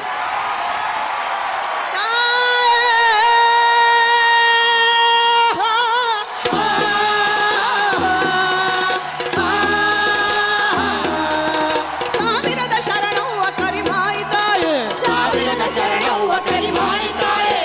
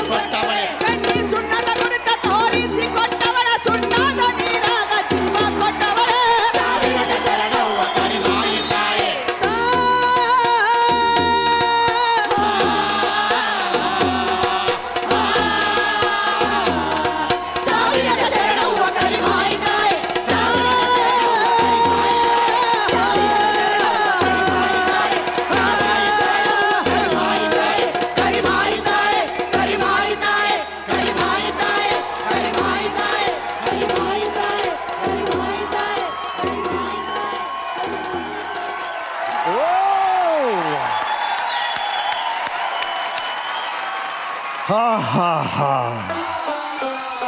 ಸೂಪರ್. ಸಾವಿರ ಶರಣಮ್ಮ, ಭಾಳ ಬೆಳತದ. Right, selfie time. ಈ ಖುಷಿಯಾದ ಮೂಮೆಂಟನ್ನು ನಮ್ಮ ಓಪೋ ಸೆಲ್ಫಿ ಮೂಮೆಂಟಲ್ಲಿ ಸೆರೆ ಹಿಡಿಯೋಣ. Yes, Karimayi selfie. Thank you all, thank you ರೀ, ಸೂಪರ್, ಅಮೇಝಿಂಗ್. ಮೇಡಮ್, ಈ ಕರಿಮಾಯಿ ತಾಯಿ ಅನ್ನೋ ಈ ಧ್ವನಿ ರಂಗಭೂಮಿಯಲ್ಲಿ ಎಲ್ರಿಗೂ ಪರಿಚಯ. ನಂತರ ನಮಗೆ ಕನ್ನಡ ಚಿತ್ರರಂಗದಲ್ಲಿ ಪರಿಚಯ ಆಗಿದ್ದು ರಂಬೆ ಈ ವಯ್ಯಾರದ ಗೊಂಬೆ ಹಾಡಿನ ಮೂಲಕ. ನಿಮ್ಮ ಮತ್ತು ಚಿತ್ರರಂಗದ ಈ ನಂಟು ಅಫ್ಕೋರ್ಸ್ ಬಹಳ ಹಳೆಯದು, ನಮ್ಮೆಲ್ಲರಿಗೂ ಗೊತ್ತಿದೆ. ಗುಬ್ಬಿ ವೀರಣ್ಣವರು ನಮ್ಮ ಮೊದಲನೇ ಕನ್ನಡ ಚಿತ್ರಗಳನ್ನ ನಿರ್ಮಾಣ ಮಾಡಿದವರು. ನಂತರ ಈ ಹಿನ್ನೆಲೆ ಗಾಯನ ಶುರುವಾಗಿದ್ದು ಗಳಿಗೆ ಅಂತ ಸತ್ಯವರು ಒಂದು ಫಿಲ್ಮ್ ತೆಗೆದು ಹೌದು, ಅದ್ರಲ್ಲಿ ಹಾಡ್ದೆ. ಅದೇ ನನ್ನ ಮೊದಲನೇ ಪ್ಲೇ ಬ್ಯಾಕ್ ಸಿಂಗಿಂಗ್ ಅಂತ. ಬಹಳ ಒಳ್ಳೆ ನಿಸ್ಸಾರ್ ಅಹಮದ್ ಅವ್ರ ಸಾಹಿತ್ಯ, ಬಹಳ ಸೊಗಸಾಗಿ ಬರ್ದಿದ್ದಾರೆ ಸರ್, ಬಹಳ ಸೊಗಸಾಗಿ ಬರ್ದಿದ್ದಾರೆ. ಅನಂತ್ ಸ್ವಾಮಿ ಅವ್ರದ್ದು ಮ್ಯೂಸಿಕ್ಕು ತುಂಬ ಖುಷಿ ಆಯಿತು. ಸೊ ಅದನ್ನು ಹಾಡಿದೆ. ಆಮೇಲೆ ಒಂದು ಫೋನ್ ಮಾಡಿದ್ರು, ರಂಭೆ ಹಾಡಬೇಕು ಅಂತಂದ್ಬಿಟ್ಟು ಹೋದೆ, ಹಾಡ್ಸಿದ್ರು, ಹಾಡಿದೆ, ಬಂದೆ. ಒಂದು ಫೈನ್ ಡೇ ಫೋನ್ ಬಂತು MP ಪ್ರಕಾಶ್ ಅವರಿಂದ. ಏನಮ್ಮ ನೀನು ಇಂಥದ್ದು ಹಾಡ್ತೀಯಾ ಅಂದರು. ಹಾಡಲ್ಲಿ ಏನು ಹೆಚ್ಚು ಅವ್ರಿಗೆ, ಏನಮ್ಮ ನೀನು ಕರಿಮಾಯಿ ಹಾಡ್ದವಳು ಇದನ್ನೆಲ್ಲ. ಸೊ ಹೀಗೆ ಕಮರ್ಷಿಯಲ್ ಫಿಲ್ಮಿಗೆ ಎಂಟರ್ ಆಗಿದ್ದು. ಅದು ಆರ್ಟಿಸ್ಟ್ ರೇಂಜ್ ಅದು. ವಾವ್, ನಿಮ್ಮ ಹಿನ್ನೆಲೆ ಗಾಯನದ ಬಗ್ಗೆ ನಮ್ಮ ವೀಕೆಂಡ್ ಟೆಂಟ್ ಏನು ಹೇಳ್ತೇನೆ ನೋಡೋಣ. ಓ ಮೈ ಗಾಡ್. ನಮಸ್ಕಾರ ಎಲ್ಲರಿಗೂ. ಬಿ ಜಯಶ್ರೀ ಅವರಿಗೆ ಸ್ಪೆಷಲ್ ನಮಸ್ಕಾರ. Very surprising outcome. ಎಷ್ಟು ಚೆನ್ನಾಗಿ ಬಂತು ಅಂದ್ರೆ ಫಾರ್ ಕಾರ್ ಸಾಂಗ್ ಫ್ರಮ್ ನನ್ನ ಪ್ರೀತಿಯ ಹುಡುಗಿ, ದಟ್ ವಾಸ್ ಬ್ಯಾಕ್ ಇನ್ 2000. ಇವಾಗ it still very much in my memories. ಆ ಸಾಂಗ್ ಫ್ಲೇವರೇ ಬೇರೆ ಇತ್ತು. ಅವ್ರು ಬಂದ್ಮೇಲೆ ಕಂಪ್ಲೀಟ್ ಆಗಿ ಚೇಂಜ್ ಆಗಿ, of course in a very good way. ಆ ಸಾಂಗ್ ಅಷ್ಟು ದೊಡ್ಡ ಹಿಟ್ ಆಗಿದ್ದು it is mainly because of B Jayashree's voice. Karnataka ಕಂಡ ಸೆಲ್ಫ್ ಸ್ಟೈಲ್ ಸಿಂಗರ್ಸ್ ಅಲ್ಲಿ ನನಗೆ ಇಷ್ಟ ಆಗಿರೋದು ಇಬ್ಬರೇ. ಒಂದು ಸಿ ಅಶ್ವಥ್, ಇನ್ನೊಂದು ನೀವು. ನಾನು ಲಕ್ಕಿ ನಿಮ್ಮಂತ ಟ್ಯಾಲೆಂಟೆಡ್ಸ್ ಜೊತೆ ನಾನು ವರ್ಕ್ ಮಾಡಿರೋದು. ನನಗೆ ತುಳು, ತೆಲುಗು, ಕನ್ನಡ 3 ಭಾಷೆಯಲ್ಲಿ ನೀವು ಹಾಡಿದ್ದೀರಾ. She's a multi talented personality. Mic ಮುಂದೆ ಹೋಗಿ ನಿಂತಾಗ ಒಂದು ಟೇಕಲ್ಲಿ ಅವ್ರು ಓಕೆ ಮಾಡಲ್ಲ. ಇದು ಚೆನ್ನಾಗಿದೆಯಾ, ಚೆನ್ನಾಗಿದೆಯಾ, ಮತ್ತೆ ಕೇಳೋಣ, ಮತ್ತೆ ಹಾಡೋಣ, ಮತ್ತೆ ಕೇಳೋಣ, ಮತ್ತೆ ಹಾಡೋಣ. ಅವ್ರಿಗೆ ಸ್ಯಾಟಿಸ್ಫ್ಯಾಕ್ಷನ್ ಆಗೋವರೆಗೂ ಅವರು ಯಾವುದೇ ಟೇಕ್ನು ಓಕೆ ಮಾಡಲ್ಲ. ಇದು ಜಯಶ್ರೀ ಮೇಡಮ್ ಒಂದು ಸ್ಪೆಷಾಲಿಟಿ. ಶಕ್ತಿ. ಅದೇ ಥರ ನೀವು ಮಾಡಿದಂಥ ಪಾತ್ರಗಳು, ಕುರುಡು ಕಾಂಚನ ಅಂತ ಒಂದು ಪಾತ್ರ ಮಾಡ್ತೀರಿ ಸ್ಟೇಜಲ್ಲಿ. ಅದನ್ನು ನಾಗಮಂಡಲ ಅವ್ರು ನೋಡಿದ್ರಂತೆ, ಅದು ಬಹಳ ಇಷ್ಟಪಟ್ಟು ನಾಗಮಂಡಲ ಕರೆದ್ರಂತೆ. ನಾಗಮಂಡಲ ಅಫ್ಕೋರ್ಸ್ ಆ ಪಾತ್ರ ನಮ್ಮೆಲ್ಲರಿಗೂ ಗೊತ್ತೇ ಇದೆ. ಆ ಪಾತ್ರಗಳು, ಆ ಅನುಭವಗಳು, ಒಬ್ಬ ನಟಿಯಾಗಿ ಕನ್ನಡ ಚಿತ್ರದಲ್ಲಿ ನೀವು ತೊಡಸ್ಕೊಂಡಿದ್ದ ರೀತಿ. ನಾಗಮಂಡಲ ಸರ್, ಅದು ಫಸ್ಟು ಶಂಕರ್ ನಾಗ್ ಅವರು ನಾಟಕ ಮಾಡಿದ್ದು ಫಸ್ಟ್. ಮತ್ತೆ ಅಲ್ಲಿಂದ ಭರಣ ಕರೆದ್ರು. ಅಲ್ಲೊಂದಿಗೆ ಒಂದು ಇನ್ಸಿಡೆಂಟ್ ಆಯ್ತು. ಏನು? ಅಲ್ಲಿ ಅವಳು ಅಡಿಗೆ ಮಾಡ್ತಾ ಇರ್ತಾಳೆ, ಹಾಡ್ಕೊಂಡು ಗೆದಿಯಬೇಕು ಮಗಳ ಗೆದಿಯಬೇಕು ಹಾಡ್ಕೊಂಡು ಹೋಗ್ಬೇಕಲ್ಲ. ಲೈಟಿಂಗ್ ಮಾಡ್ತಾ ಇದ್ರು ನಮ್ಮ ಭಾಸ್ಕರ್ ಅವರು. ಸೊ ನೀವು ಎಲ್ಲಿ ಬರ್ತೀರಾ ಅಂದ್ರು. ನನಗೆ ಅಲ್ಲಿ ಕಂಬಗಳು, ಒಲೆ, ಕಂಬ ಇದನ್ನ ದಾಟ್ಕೊಂಡು ಅವಳ ಹತ್ರ ಹಂಗೆ ಬರಬೇಕು ಅಂದ್ರು. ನಾವು ಥಿಯೇಟರ್ನವರು ಸರ್, ಈ ಹೆಂಗಾದ್ರೂ ಅಡ್ಜಸ್ಟ್ ಮಾಡ್ಕೊಂಡು ಒಟ್ಟು ಅಲ್ಲಿ ರೀಚ್ ಅಷ್ಟೇ ನಮ್ದು, ಗೋಲ್ ಮುಟ್ಬೇಕು. ಸೊ ಒಂದ್ ಟೇಕ್ ಆಯ್ತು. ಭಾಸ್ಕರ್ ಅವ್ರು ಬಂದ್ರು. ನೀವು ಎಲ್ಲಿ ಬರ್ತೀರಾ ಅಂದ್ರು. ಸರ್ ನೀವು ಎಲ್ಲಿ ಬಾ ಅಂದ್ರೆ ಅಲ್ಲಿ ಬರ್ತೀನಿ. ನೀವು ಎಲ್ಲಿ ಬರ್ತೀರಾ? ಅಲ್ಲಿ ಬಾ ಅಂತ ಬರೋಣ ಹೇಳಿದೆ. ನೀವು ಎಲ್ಲಿ ಬರ್ತೀರಾ? ಅಲ್ಲಿ ಬರ್ತೀನಿ ಸರ್. ಸರಿ, ಅಲ್ಲಿ ಮಾಡಿದ್ರು. ಹಿಂಗೆ ತಿರ್ಗಾ ಬಂದರು. ಬಂದು ಲೈಟ್ ತಗೊಳಕ್ ಬರಲ್ಲ ಅಂದರು. ಏನೂ ಬೈದ್ರಲ್ಲ ಅಂದ್ಕೊಂಡು ಒಂದು ಸರ್ತಿ ಹಿಂಗೆ ಸುಮ್ಮನೆ ಅವ್ರು ಲೈಟ್ ಮಾಡ್ಬೇಕಾದ್ರೆ ಸುಮ್ಮನೆ ಹಿಂಗೆ ಹೋದೆ. ಕತ್ಲು ಬಂತು. ಓ ಅದಕ್ಕೆ ಬೈಸ್ಕೊಂಡಿದ್ದೆ ನಾನು ಅಂದ್ಬಿಟ್ಟು ಒಂದು ಸರ್ತಿ ಮೇಲೆ ನೋಡಿದೆ. ಥಿಯೇಟರ್ನಲ್ಲಿ ನಮಗೆ ಹೇಳ್ಕೊಟ್ಟಿರೋದು ಅದೇನೆ. ರೇಸು ಕರೆಕ್ಟಾಗಿ ನಮ್ಮ ಕಣ್ಣಿಗೆ, ಆ ಗುಡ್ಡೆಗೆ ಅದರ ರೇಸು ಫಸ್ಟ್ ರೇಸ್ ಬರಬೇಕು ಅಂತ. ಸೊ ಕಣ್ಣು ಬಿಟ್ಟ ಮೇಲೆ ಯಾತಕ್ಕೆ ಅದು ಕಾಣಿಸಲ್ಲ ನನಗೆ ಅಂತ ಅಂದ್ಬಿಟ್ಟು ಸೀದಾ ಹೋದೆ. ಟೇಕ್ ಓಕೆ ಆಯಿತು. ಸಾರಿ ಸರ್, ನನಗೆ ಗೊತ್ತಾಗಲಿಲ್ಲ, ನಿಮ್ಮ ಹತ್ರ ಬೈಸ್ಕೊಂಡೆ ಅಂದು. ಸಾರಿಮ್ಮ ನಿಮಗೆ ಬೈಲಿಲ್ಲ ಅಂದರು. ನನಗೆ ಬೈಲಿಲ್ಲ ಸರ್, ಪಾತ್ರಕ್ಕೆ ಬೈದ್ರಿ, ನೋ ಪ್ರಾಬ್ಲಮ್. ಈ ಥರದ ಇನ್ಸಿಡೆಂಟ್ಗಳು ಸಾಕಷ್ಟು ಆಗಿದೆ ಅಲ್ಲಿ. ತುಂಬಾ ಕಲಿತೆ ನಾನು. ಅಲ್ಲಿಂದ ಇತ್ತೀಚಿನ ಮಾಸ್ತಿಗುಡಿವರೆಗೂ ನಿಮ್ಮ ಪಾತ್ರ ನಾವು ಬಹಳ ಇಷ್ಟಪಟ್ಟಿದ್ದೀವಿ. ಎಸ್ ಮಾ, ಕಮಿಂಗ್ ಬ್ಯಾಕ್, ನಿಮ್ಮ ಪರ್ಸನಲ್ ಲೈಫ್ ಬರೋದಾಗಿದ್ರೆ, ನಾವು ಫಸ್ಟೇ ಹೇಳಿದ್ವಿ ನೀವು ಅಪ್ಕೊಂಡಿರೋಂಥ ಫ್ಯಾಮಿಲಿ ಅಂತ. ಅದ್ರ ಬಗ್ಗೆ ಒಂದು ವಿಡಿಯೋ ಇದೆ, ಅದನ್ನ ನೋಡೋಣ, ನಂತರ ಅದ್ರ ಬಗ್ಗೆ ಮಾತಾಡೋಣ. ಗುಡ್ ಮಾರ್ನಿಂಗ್ ಮೇಡಮ್, ಹೇಗಿದ್ದೀರಾ? ನೀವು ನಂಗೆ ಫೋನ್ ಮಾಡಿದಾಗೆಲ್ಲ ಹೇಗೆ ಮಾತಾಡ್ತೀರಾ? ನಾನು ಚಿಕ್ಕವಳಿದ್ದಾಗ ನಂಗೆ ನೆನೆಸ್ಕೊಳ್ಳೋದು ಅಂತ ಅಂದರೆ, ನೀವು ನಿಮ್ಗೆ ಏನಾದರೂ ಜಗಳ ಆದಾಗ ನಾನು ನೀನು ಮಾತೇ ಆಡ್ತಿರ್ಲಿಲ್ಲ. ನಂಗೆ ಅಳು ಬಂದ್ಬಿಟ್ಟಿರೋದು. ಮಾಜಿ ಹತ್ರ ಹೋಗಿ ಹೇಳ್ತಾ ಇದ್ದೆ. ಅವಾಗ ಮಾಜಿ ಹೇಳ್ತಿದ್ರು, ಹೋಗಿ ಸಾರಿ ಕೇಳು ಅಂತ. ನನಗೆ ಕೇಳೋಕ್ಕೆ ಒಂಥರ ಏನೋ ಭಯ ಥರ ಇರೋದು. ಅವಾಗ ನೀವು ಹೇಳ್ತಿದ್ರಿ, ಯಾವಾಗಲೂ ಹಿಂಗೆ ಮಾಡ್ತೀಯ, ಸಾರಿ ಕೇಳ್ತೀಯ, ಮತ್ತೆ ಅದೇ ತಪ್ಪು ಮಾಡ್ತೀಯ ಅಂತ ಹೇಳ್ತಾ ಇದ್ರಿ. ಆಮೇಲೆ ನಾನು ಸಾರಿ ಕೇಳಿದ್ಮೇಲೆ ಫುಲ್ ಮುದ್ದು ಮಾಡ್ತಾಯಿದ್ರಿ. ಸ್ಕೂಲಿಂದ ಹಿಡ್ದು ನನ್ನ ಕೆಲಸದವರೆಗೂ ಇವಾಗಿನವರೆಗೂ ನೀವೆಲ್ಲ ರೀತಿ ನಂಗೆ ಸಪೋರ್ಟ್ ಮಾಡಿದ್ದೀರಾ. ಇವತ್ತು ನಾನು ಇಂಡಿಪೆಂಡೆಂಟಾಗಿ ಏನಾದರೂ ಇರಬಹುದು ಅಂತ ನನಗೆ ಧೈರ್ಯ ಇದೆ ಅಂತಂದರೆ ಅದಕ್ಕೆಲ್ಲ ನೀವೇ ಕಾರಣ. ರಂಗಭೂಮಿಗೆ ನಾನು ಬರೋದಕ್ಕೂ ನೀವೇ ಕಾರಣ. ಆ ರಂಗಭೂಮಿನೇ ನನ್ನ ಮತ್ತು ನಿನ್ನನ್ನು ಇಷ್ಟು ಹತ್ತಿರಕ್ಕೆ ತಂದಿದ್ದು, ಸ್ನೇಹ ಬೆಳೆಸಿದ್ದು. ಕಡೆಗೆ ಆ ಸ್ನೇಹ ನಾನು ನೀನು ಗಂಡ ಹೆಂಡತಿ ಆಗೋದ್ರಲ್ಲಿ ಪರ್ಯವಸನ ಆಯಿತು. ರಂಗಭೂಮಿಯಲ್ಲಿ ಹ್ಯಾಕೆ ಕೆಲಸ ಮಾಡ್ತಾಯಿದ್ದೆ, MP ಆಗಿ ಕೂಡ ಅಷ್ಟೇ ಮುತುವರ್ಜಿಯಿಂದ ಕೆಲಸ ಮಾಡಿ ಒಳ್ಳೆಯ ಹೆಸರು ತಗೊಂಡಿದ್ಯಾ ಅಂತ ಹೇಳ್ಕೊಳ್ಳೋಕ್ಕೆ ತುಂಬ ಹೆಮ್ಮೆ ಪಡ್ತೀನಿ ಜಯ. ಇನ್ನೂ ಅಷ್ಟೇ, ಇಂದೂ ಅಷ್ಟೇ, ನಾಳೆನೂ ಅಷ್ಟೇ, ನಾವಿಬ್ಬರು ರಂಗಭೂಮಿಲೇ ದುಡಿಬೇಕು, ರಂಗಭೂಮಿಲೇ ಇರಬೇಕು ಕೊನೆಯವರೆಗೂ ನಾನು ನಿನ್ನ ಜೊತೆ ಇರ್ತೀನಿ, ನೀನು ನನ್ನ ಜೊತೆ ಇರ್ತೀಯ. ಸಾಕಲ್ವಾ? ನಿಮ್ಮ ಜೀವನದಲ್ಲಿ ನಾನೊಂದು ಪಾರ್ಟ್, ಬಟ್ ನೀವು ನನ್ನ ಜೀವನದಲ್ಲಿ ಎಲ್ಲನೂ ಆಗಿದ್ದೀರಾ. ನೀವು ಬೆಸ್ಟ್ ಅಮ್ಮ ಅನ್ನೋದ್ರಲ್ಲಿ ಯಾವುದೇ ಎರಡು ಡೌಟ್ ಇಲ್ಲ ನನಗೆ ಜೀವನದಲ್ಲಿ. ನಿಜವಾಗ್ಲೂ ನಂಗೆ ತುಂಬ ಖುಷಿಯಿದೆ ನೀವು ಆಸ್ ನಂಗೆ ಮದರ್ ಆಗಿ ಸಿಕ್ಕಿದ್ದು.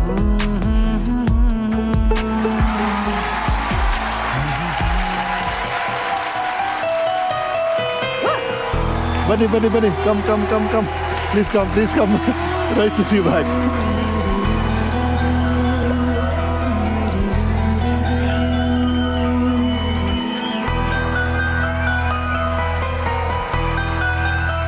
S sir, over to you.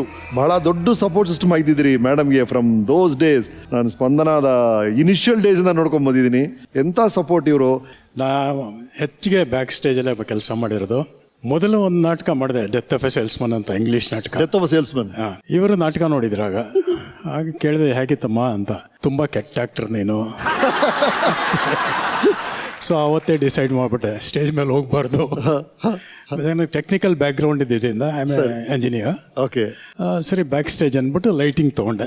So ಇಷ್ಟು ನಾಟಕಗಳಿಗೆ ಅವ್ರ ನಿರ್ದೇಶನ ಮಾಡಿರೋದು ಅಲ್ಲದೆ ಹೊರದೇಶದಿಂದ ಬರೋ ನಾಟಕಗಳಿಗೆಲ್ಲ ಬೆಳಕಿನ ತಜ್ಞಾಗಿ ಕೆಲಸ ಮಾಡಿದ್ದೀನಿ. ನಿಮ್ಮ ಮದುವೆನ ಕೂಡ ರಂಗಮಂದಿರದಲ್ಲೇ ಮಾಡಿದ್ರು ಅನ್ಸುತ್ತೆ. ಕಂಪನಿ ಅವ್ರು ಅನೌನ್ಸ್ ಮಾಡಿದ್ರು ಅಟ್ಲೀಸ್ಟ್ ಆನ್ ಸ್ಟೇಜ್ ಅನ್ಸುತ್ತೆ. Over to you please. ಎಲ್ಲ ವಿಷಯದಲ್ಲೂ ಸಪೋರ್ಟ್ ಮಾಡಿದ್ದಾರೆ, ಪ್ರತಿಯೊಂದರಲ್ಲೂ, ಎಜುಕೇಷನಿಂದ ಹಿಡ್ದು ಎಲ್ಲದರಲ್ಲೂ. Thank you. ತುಂಬ ಸ್ಟ್ರಿಕ್ಟ್, ಸಿಕ್ಕಾಪಟ್ಟೆ ಸ್ಟ್ರಿಕ್ಟು. ಟೈಮ್ ಅಂದರೆ ಟೈಮು. ಇನ್ನು ಅಮ್ಮ ಅಕ್ಕ ಹೇಳ್ತಿದ್ದವ್ರಿಗೆ ಹಿಟ್ಲರ್ ಅಂತ. ಇಂದಿರಾ ಗಾಂಧಿ ಅಂತಾರೆ ಕೆಲವರು.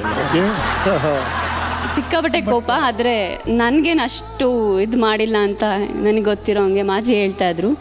ಅಷ್ಟು ನನಗೆ ಸ್ಟ್ರಿಕ್ಟ್ ಇಲ್ಲ ಅವರು ಅಂತ. ನನ್ನ ವಿಷಯದಲ್ಲಿ ತುಂಬ ಪ್ರೀತಿಯಿಂದ ಇರ್ತಾ ಇದ್ರು. ಎಸ್ ಮ್ಯಾಮ್, ನಿಮ್ಮ ಥಾಟ್ಸ್ ಈ ಕ್ಷಣದಲ್ಲಿ ನಿಮ್ಮ ಮನಸ್ಸಲ್ಲಿ ಏನು ನೋಡ್ತಿದೆ? ಇಷ್ಟು ದೊಡ್ಡ ಬಳಗ ಇದೆಯಲ್ಲ ನನಗೆ, ಅದೇ ನನ್ನ ಭಾಗ್ಯ ಅಂತ ಅನಿಸುತ್ತೆ. ಬಟ್ ಯಾರು ಬೈತಾ ಇಲ್ಲ ನನ್ನ, ಅದನ್ನೇ ನಾನು ಯೋಚನೆ ಮಾಡ್ತಾ ಇದ್ದೀನಿ. ಯಾರಾದರೂ ಬೈಯೋರ್ನ ಹುಡುಕ್ಬೇಕಾಗಿತ್ತು ನೀವು. ನಮ್ಮ ಶೋ ಅಲ್ಲೇ ಇಲ್ಲ ಅದು, ಈ ಎಪಿಸೋಡಲ್ಲಿ ಮಾತ್ರ ಅಲ್ಲ. ಭಾಳ ಅದೃಷ್ಟವಂತೆ ಅಂತ ಹೇಳಬೇಕು ಸರ್. ಆನಂದ್ ಅಂತೂ ಅಂದರೆ ಜಗಳ ಆಡ್ತೀವಿ, ಸಿಕ್ಕಾಪಟ್ಟೆ ಹೆಂಗೆ ಜಗಳ ಆಡ್ತೀವಿ ಅಂತಂದರೆ, ನಮ್ಮ ಮನೆಯಲ್ಲಿ ಬೇಸ್ಮೆಂಟು ಇದೆ, ground floor, first floor. So ಜಗಳ ಆಡ್ಬಿಟ್ರೆ ಅವರು ಬೇಸ್ಮೆಂಟ್ ಹೊರಟೋಗ್ತಾರೆ, ನಾನು ಫಸ್ಟ್ ಫ್ಲೋರ್ ಹೊರಟೋಗ್ತೀನಿ. ಅವರು ನನಗೆ ನೀನು ರಾಕ್ಷಸ ಅಂತಾರೆ. ರಾಕ್ಷಸರೆಲ್ಲಮ್ಮ ಪಾತಾಳದಲ್ಲಿ ಅವತ್ತೇ ಬೇಸ್ಮೆಂಟ್ ಹೊರಟೋಗ್ತೀನಿ. ಸೊ ಅದಕ್ಕೆ ಕೆ ಆನಂದರಾಜು ಅಂತ, ಕಿರಿಕ್ ಅಂತಾನೆ ಯಾವಾಗಲೂ ಚಿಕ್ಕ ಬಂದರೆ ಕಾಕೆ ಕೀಕೆ ಕೂ ಅಂತ ಬೈತೀನಿ, ಅಥವಾ ಕಿರುಬಾ ಅಂತ ಕರಿತೀನಿ. ಸಮಥಿಂಗ್ ಈ ಥರ ಸಿಟ್ಕೊಂಡು ಹೋಗ್ತಾ ಇರ್ತೀವಿ ಇಬ್ರು. ಬಟ್ ನೆರಳಿಗೆ ನನಗೆ ನೆರಳಾಗಿದ್ದಾರೆ ಸರ್, ಅಷ್ಟು ಹೇಳಬಲ್ಲೆ ನಾನು. ನಾವಿಬ್ಬರು ನಿಜವಾಗ್ಲೂ ಸ್ನೇಹಿತರೆ. ಗಂಡ ಹೆಂಡತಿ ಥರ ಯಾವತ್ತೂ ಬೇವ ಮಾಡಿಲ್ಲ, ಮಾಡೋದು ಇಲ್ಲ. ಒಂದು ದೇವ್ರ ದಾಸಿಮಯ ಒಂದು ವಚನ ಹೇಳ್ತಾರಲ್ಲ, ಅದನ್ನು ಅಕ್ಷರಶಃ ನಮಗೆ ಗೊತ್ತಿಲ್ದಂಗೆ ಪಾಲಿಸ್ತಾ ಇದ್ದೀವಿ.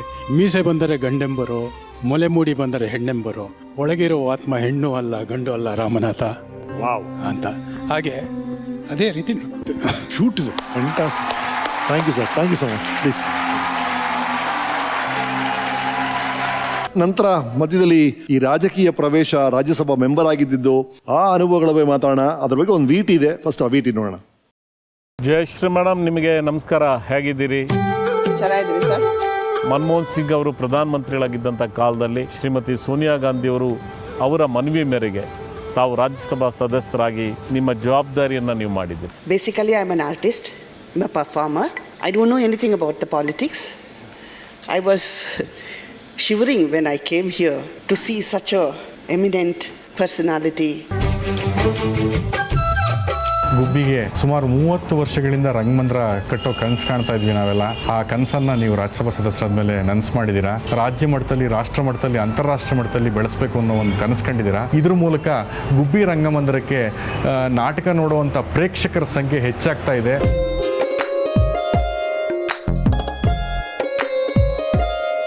ಕಾಡಶೆಟ್ಟಿಹಳ್ಳಿ ಅಂತ ಕೇವಲ 80 ಮನೆ ಇರುವಂಥ ಒಂದು ಸಣ್ಣ ಹಳ್ಳಿಗೆ ನೀವು 1,26,00,000 ಕೊಟ್ಟು ಎಲ್ಲ ಸೌಕರ್ಯಗಳನ್ನು ಮಾಡಿಕೊಟ್ರಿ. ಅದರ ಫಲವನ್ನು ಸುಮಾರು 35ರಿಂದ 40 ಹಳ್ಳಿಯ ಸುತ್ತಮುತ್ತಲ ಹಳ್ಳಿಯ ಮಕ್ಕಳು ಈ ಶಾಲೆಗೆ ಬಂದು ಓದೋದ್ರ ಮೂಲಕ ಅಕ್ಷರಸ್ಥರಾಗ್ತಿದ್ದಾರೆ.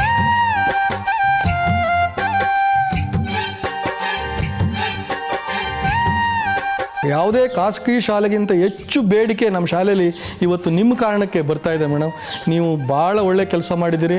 ನಮ್ಮ ಸುತ್ತಮುತ್ತಲ ಭಾಗದ ಎಲ್ಲ ಮಕ್ಕಳ ಪರವಾಗಿ, ತಾಯಂದ್ರ ಪರವಾಗಿ ನಿಮಗೆ ಧನ್ಯವಾದಗಳನ್ನು ಅರ್ಪಿಸೋಕ್ಕೆ ಇಷ್ಟಪಡ್ತೇನೆ.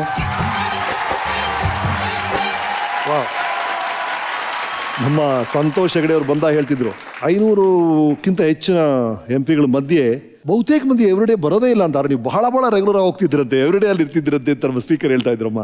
ಆ ಅನುಭವ ಹೇಗಿತ್ತು ನಿಮಗೆ? ಅದು ನಿಜವಾಗ್ಲೂ ಅನುಭವ ಮಂಟಪ ಅಂತಾನೆ ಹೇಳ್ಬೇಕು ಸರ್. ಎಂಥ ದಿಗ್ಗಜಗಳನ್ನ ನೋಡಿದ್ದೀನಿ. ಈ ಕಡೆ ಅರುಣ್ ಜೇಟ್ಲಿ ಅವರು, ಗುಲಾಂ ನಬಿ ಆಜಾದ್, ಎಷ್ಟು ದೊಡ್ಡ ದೊಡ್ಡವರು, ಚಿದಾನಂದ ಮೂರ್ತಿ ಅವರು ಎಲ್ಲನೂ. ಈ ಕಡೆ ಮನಮೋಹನ್ ಸಿಂಗು, ಈ ಕಡೆ ಇವ್ರುಗಳು. ಅಯ್ಯೋ ಶಿವ, ಎಷ್ಟು ಪುಣ್ಯ ಮಾಡಿದ್ನೋ ನಾನು ಅಂತ ಅನ್ನಿಸ್ಬಿಡ್ತು. ಜೊತೆಗೆ ಎಲ್ಲರೂ ಬುದ್ಧಿವಂತರೆ, ಎಲ್ಲ ಆಕ್ಸ್ಫರ್ಡ್ ಯೂನಿವರ್ಸಿಟಿನಲ್ಲಿ ಓದಿರೋ ಅಂಥವ್ರು. ಅವ್ರು ವಾದ ಮಂಡಿಸೋದನ್ನ ನೋಡಬೇಕು.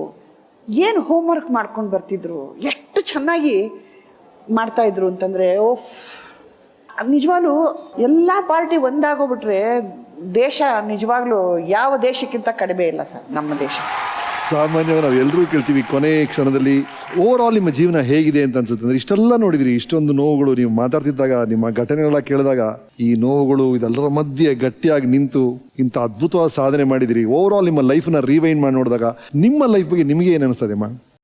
ನಾನು ಏನು ಮಾಡೇ ಇಲ್ಲ ಸರ್, ಏನೂ ಮಾಡಿಲ್ಲ. ಏನಪ್ಪ ಸ್ಪಂದನ ಹುಡುಗರೆಲ್ಲ ಏನು ಹೇಳ್ತೀರಪ್ಪ? ಅತಿಯಾದ ಸಾಧನೆ ಮಾಡಿದವರು ಮಾತ್ರ ಇಂಥ ಮಾತನ್ನು ಹೇಳೋದಕ್ಕೆ ಸಾಧ್ಯ, ಇಷ್ಟು ವಿನಯವಂತರಾಗಿರೋದಕ್ಕೆ ಸಾಧ್ಯ. ಕರೆಕ್ಟ್. ಅವ್ರು ಏನೇನು ಮಾಡಿಲ್ಲ ಅಂತ ಹೇಳುವಾಗ ಬಹುಶಃ ಇಲ್ಲಿ ತನಕ ಮಾಡಿದ್ದಕ್ಕಿಂತ ಹೆಚ್ಚಿನದನ್ನ ಮಾಡುವ ಪ್ಲಾನ್ ಇಟ್ಕೊಂಡಿದ್ದಾರೆ ಅಂತ ಕೂಡ ನೋಡಬಹುದು ಸರ್. So nice. ಎಸ್ ಮಾ, ನಮ್ಮ ಕೊನೆ ಪ್ರಶ್ನೆ ಅದೇ. ಎಲ್ರಿಗೂ ಗೊತ್ತೇ ಇದೆ. ಯಾರ್ಯಾರು ಥ್ಯಾಂಕ್ಸ್ ಹೇಳಬೇಕು ಅಂದರೆ, ಸಾರಿ ಹೇಳಬೇಕು ಅಂದರೆ, ಅಥವಾ ಏನಾರು ಪಾಪ ಪ್ರಜ್ಞೆ ನಿಮ್ಮನ್ನು ಕಾಡ್ತಾ ಇದ್ರೆ ಆ ಕ್ಯಾಮ್ರಾ ನಿಮ್ಗೆ ಕಾಯ್ತಾ ಇದೆ. ಗೊತ್ತಿಲ್ಲ, ಗೊತ್ತಿದ್ದೋ ಗೊತ್ತಿಲ್ದಲೇನೋ ಯಾರ್ದಾದ್ರೂ ಮನಸ್ಸು ನೋಯಿಸಿದ್ರೆ ಅಥವಾ ನಾನು ತಪ್ಪು ಮಾಡಿದರೆ ದಯವಿಟ್ಟು ನನ್ನನ್ನು ಕ್ಷಮಿಸಿ. ಶರಣಾರ್ಥಿ. ರೈಟ್ ಮಾ, thank you so much. Right, ನಮ್ಮ ಸ್ಪಾನ್ಸರ್ಸ್ ಕೆಲವು ಗಿಫ್ಟ್ಸ್ ಕಳಿಸಿದ್ದಾರೆ ನಿಮಗೆ. ನಮ್ಮ fragrance partner Fogg perfumed body spray ಇದು ಕಳಿಸಿದ್ದಾರೆ. ಯೂನಿಬೇಕ್ ಕುಕೀಸ್ ಅವರು ನಿಮ್ಮದನ್ನು ಕೊಡಿ ಅಂತ ಹೇಳಿದ್ರು. ಜಯಶ್ರೀ ಅವರು ಇದ್ದಿದ್ದ ಕಡೆ ಅದ್ಭುತವಾದ ಕಲೆ ಇರಲೇಬೇಕು, ಮನೆ ಅಂದಮೇಲೆ ವಾಸು ಇರಲೇಬೇಕು ಅಂತ ವಾಸು ಅಗರ್ಬತ್ತಿ ಇದನ್ನು ಕಳಿಸಿದ್ದಾರೆ. ನಮ್ಮ ವೀಕೆಂಡ್ ವಿತ್ ರಮೇಶ್ ತಂಡದ ಪರವಾಗಿ ಈ ಹ್ಯಾಂಪರ್ ನಿಮಗೆ.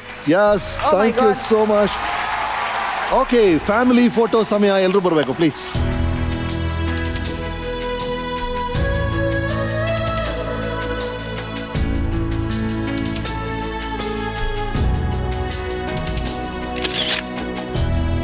ಬಿ ಜಯಶ್ರೀ ಅವರ ಜೀವನ ಅನ್ನೋ ನಾಟಕದಲ್ಲಿ ಬೇರೆ ಬೇರೆ ಸ್ಟೇಜಲ್ಲಿ ಬಂದ ಎಲ್ಲಾ ಪಾತ್ರಗಳು ನಮ್ಮ ವೀಕೆಂಡ್ ಸ್ಟೇಜಲ್ಲಿ ಸಿಕ್ಕಿದ್ದಾರೆ. ಈ ಫೋಟೋ ಫ್ರೇಮ್ ಸೇರುತ್ತೆ ನಮ್ಮ ಗ್ರೇಟ್ ವಾಲ್ ಆಫ್ ಕರ್ನಾಟಕಗೆ.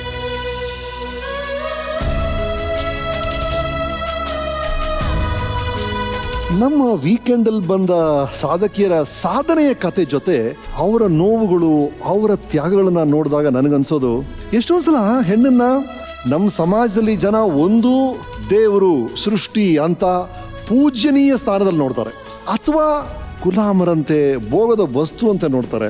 ಪ್ರಾಯಶಃ ಒಬ್ಬ ಹೆಣ್ಣಿಗೆ ಇವೆರಡಕ್ಕಿಂತ ತನ್ನನ್ನ ಒಂದು ಹೆಣ್ಣಾಗಿ ಮಾನವಳಾಗಿ ನೋಡಬೇಕು ಅನ್ನೋ ಬಯಕೆ ಇರುತ್ತೇನೋ. ನಾನು ಮತ್ತೆ ಜ್ಯೋತಿ ಹಿಂದಿ ಸ್ಪೀಕರ್ಸ್, ನಮಗೆ ರೋಲೇ ಸಿಗ್ತಾ ಇರಲಿಲ್ಲ.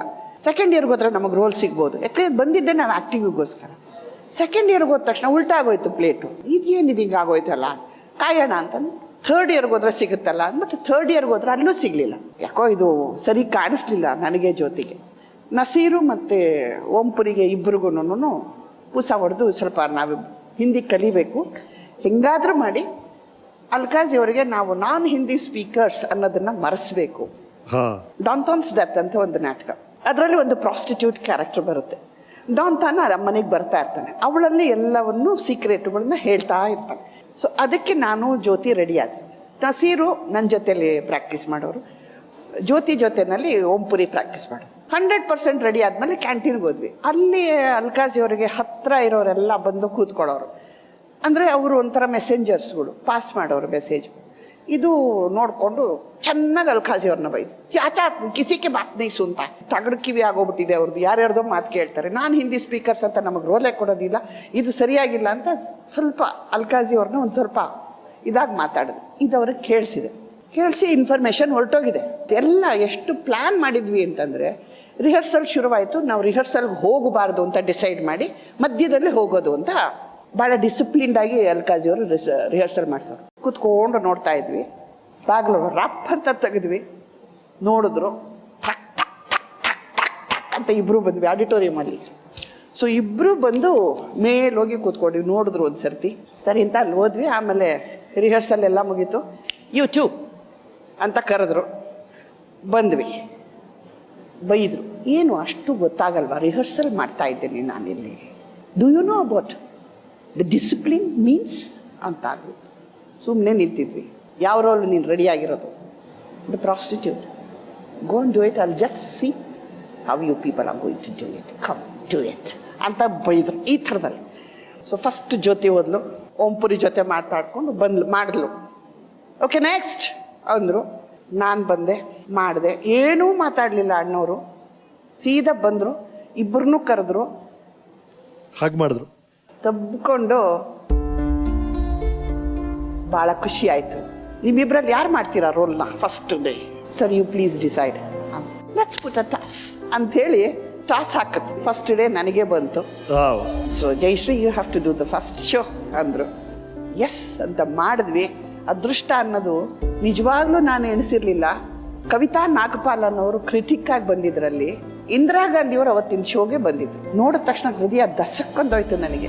ಕವಿತಾ ನಾಗಪಾಲು ಕ್ಲೀನಾಗಿ ಬರೆದ್ರು ನೆಕ್ಸ್ಟ್ ಡೇ, ಇವರನ್ನ ಯಾರು ಹೇಳ್ತಾರೆ ಹಿಂದಿ ಸ್ಪೀಕರ್ಸ್ ಅಂತ ಹಿಂದಿ ಮಾತಾಡೋರಿಗಿನ್ನ ಚೆನ್ನಾಗಿ ಮಾಡಿದ್ರು ಇವರು ಅಂತ ರಿವ್ಯೂ. ವಾವ್ ಎಸ್ ಮ್ಯಾಮ್, ನಿಮ್ಮ ಬಗ್ಗೆ ನಿಮ್ಮ ಆಪ್ತರು ಕೆಲವರು ಮಾತಾಡಿದ್ದಾರೆ, ಏನು ಹೇಳಿದ್ದಾರೆ, ನಿಮ್ಮ ಕೆಲವು ಸಂದೇಶಗಳನ್ನು ಕಳಿಸಿದ್ದಾರೆ, ನೋಡೋಣ. ಹಾಯ್ ಜಯಶ್ರೀ ಅಕ್ಕ. ಹಾಯ್ ಜಯಶ್ರೀ ಅಕ್ಕ. ಹಾಯ್ ಜಯಶ್ರೀ ಅಕ್ಕ. ಅಕ್ಕ ನಮಸ್ಕಾರ. ನನ್ನ ಮಾನಸ ಗುರುಗಳಿಗೆ ನಮಸ್ಕಾರ. ಜಯಶ್ರೀ ಆಂಟಿ ಅಂದರೆ ಒಂದು ಇನ್ಸ್ಟಿಟ್ಯೂಷನ್ ನಮ್ಗೆ. ನಾವು ಏನೋ ಮಾಡಬೇಕು, ಒಂಚೂರಾದರೂ ಸಾಧನೆ ಮಾಡಬೇಕು ಅನ್ನೋದು ಜಯಶ್ರೀ ಅಕ್ಕ ನೋಡಿದಾಗೆಲ್ಲ ನಂಗೆ ಅನಿಸ್ತಾ ಇತ್ತು. ಪ್ರತಿ ಸಹ ನಾನಂತೂ ಒಂದೆರಡು ತುತ್ತು ಅನ್ನ ತಿನ್ನಬೇಕಾದ್ರೆ ಗುಬ್ಬಿ ವೀರಣ್ಣವ್ರನ್ನ ನೆನೆಸ್ಕೊಂಡೆ ನಾವು ಅನ್ನ ತಿನ್ನೋದು. ಅಂತಹ ವೀರಣ್ಣವ್ರ ಮೊಮ್ಮಗಳು ನೀನು ಇವತ್ತು ನೀನು ಬಂದು ನಮ್ಮ ಮುಂದೆ ಕೂತ್ಕೊಂಡು ಇಡೀ ಕರ್ನಾಟಕ ನೀನು ನೋಡ್ತಾ ಇದೆ. ನೀನೇನೇನು ಮಾಡೋ ಸಾಧನೆ, ಏನೇನು ಮಾಡಿದ್ಯಾ, ಏನೇನು ಪಾರ್ಟ್ ಮಾಡಿದ್ಯಾ, ಎಲ್ಲರೂ ನೆನೆಸ್ಕೊಳ್ಳೋಂಥ ಒಂದು ಪ್ರಸಂಗ ಬಂದಿದೆ. ಈ ಟೈಮ್ನಲ್ಲಿ ಗುಬ್ಬಿ ಕಂಪ್ನಿಯವ್ರು ಎಲ್ಲರೂ ನೆನೆಸ್ಕೋಬೇಕು, ಎಲ್ರಿಗೂ ನೀನು ಚುರುವಣೆ ಆಗಿರಬೇಕು, ನೀನು ಚೆನ್ನಾಗಿರಬೇಕು ಅಂತ ನಾನು ಬೇಡ್ಕೊತೀನಿ. ಆಲ್ ದ ಬೆಸ್ಟ್, ದೇವ್ರು ಒಳ್ಳೇದು ಮಾಡಲಿ. ಜಯಶ್ರೀ ಮೇಡಮ್ ನನಗೆ 1980ರಿಂದ ಪರಿಚಯ. 86ರಲ್ಲಿ ಲಕ್ಷಾಪತಿ ರಾಜನ ಕಥೆ ಅಂತ ಒಂದು ನಾಟಕನ ಸ್ಪಂದನ ಡೈರೆಕ್ಟ್ ಮಾಡಿದ್ರು. ಅದರಲ್ಲಿ ನನಗೆ ನಟನಾಗಿ ಒಂದು ಪಾತ್ರ ಕೊಟ್ಟರು. ಸೋನಲ್ ಫೆಸ್ಟಿವಲ್ಗೆ ಎಂಟರ್ ಆದ್ವಿ, ಅಲ್ಲಿಂದ ನ್ಯಾಷನಲ್ ಫೆಸ್ಟಿವಲ್ಗೆ ಹೋದ್ವಿ. ಆ ವರ್ಷದಲ್ಲಿ ಈ ಸಾಲ್ಕ ಅಧಿಕ ಸರ್ವಶ್ರೇಷ್ಠ ನಾಟಕ ಅನ್ನುವ ಹೆಸರು ಮಾಡ್ತು ಲಕ್ಷಾಪತಿ ರಾಜನ ಕಥೆ. ಮ್ಯೂಸಿಕ್ಕು, ಸ್ಯಾನ್ಸ್ಕ್ರಿಟ್ಟು ಇದೆಲ್ಲ ಪಾಠ ನಿಮ್ಗೆ 5ನೇ ವರ್ಷದಿಂದ ಆಗಿದ್ದರಿಂದ ಅದನ್ನು ಹಂತ ಹಂತವಾಗಿ ನೀವು ಬೆಳೆಸ್ಕೊಂಡು ಇವತ್ತು you are a pillar in the field of theatre. 1989ರಲ್ಲಿ ನಮ್ಮ ಸ್ಪಂದನ ತಂಡ ಫಾರಿನ್ಗೆ ಹೋದ್ವಿ. ಈಜಿಪ್ಟಲ್ಲಿ ರಾಯಭಾರಿಗಳ ಜೊತೆ ಮುಂದೆ ನಾವು ಲಕ್ಷಾಪತಿ ರಾಜನ ಕತೆ ನಾಟಕ ಮಾಡಬೇಕಾಗಿತ್ತು. 2 hours ಪ್ಲೇಗೆ ನಾವು ಎಲ್ಲರೂ ರೆಡಿ ಆಗಿದ್ವಿ ನಾವು. ಬಟ್ ನಮಗೆ ಒಂದು ಸಂದೇಶ ಬರುತ್ತೆ, ನಿಮಗೆ 2 hours ಪ್ಲೇನ you have to do it for 45 minutes. ಅಷ್ಟೊಳಗಡೆ ನೀವು ಆ ನಾಟಕನ ಮಾಡಬೇಕು ಅಂತ ಹೇಳ್ಬಿಟ್ಟು within 10 to 15 minutes you made it. The 2 hours play 40-45 minutesಗೆ ಮಾಡಿ ಅದು ಅದ್ಭುತವಾದಂಥ ಶೋ ಕೊಟ್ವಿ ನಾವು. ನಾನು ಅದನ್ನು ಎಂದೂ ಮರೆಯಲ್ಲ. ಪಾತ್ರ 2 ಮುಖ ಇರುತ್ತೆ, ಒಂದು ಹೊರಮುಖ, ಒಂದು ಹೊರ ನೋಟ. ನಮ್ಮ ತುಂಬ ಜನ ನಟಿಯರು ಆ ಹೊರಗಿನ ಲೋಕವನ್ನು ಚೆನ್ನಾಗಿ ಚಿತ್ರಿಸ್ತಾರೆ, ಆದರೆ ಆ ಪಾತ್ರದ ಆತ್ಮವನ್ನು ಚಿತ್ರಿಸೋದಕ್ಕೆ ಸೋಲ್ತಾರೆ. ಜಯಶ್ರೀಗೆ ಅವೆರಡು ಮಾಡೋದಕ್ಕೆ ಗೊತ್ತು ಅನ್ನೋದಕ್ಕೆ ತಾಯಿಯೇ ಬಹಳ ಒಳ್ಳೆಯ ಉದಾಹರಣೆ. ನಟಿಗೂ ಮೀರಿದ ಒಂದು ಪ್ರತಿಭೆಯಲ್ಲಿದೆ, ನಟನೆಗೂ ಮೀರಿದ ಪ್ರತಿಭೆ ಅವರಲ್ಲಿದೆ. ಅದೇ ನಂತರ ಈ ನಿರ್ದೇಶನ ಅಂತ. ರಂಗಭೂಮಿಯಲ್ಲಿ ನಿಮ್ಮ ಹಾಡಿನ ದುಂದುಬಿ ಹೆಂಗಿದೆ ಅಂದರೆ ಒಂದು ರೀತಿ ಗಂಡು ಧ್ವನಿ ಅಂತ ಹೇಳ್ತಾರೆ.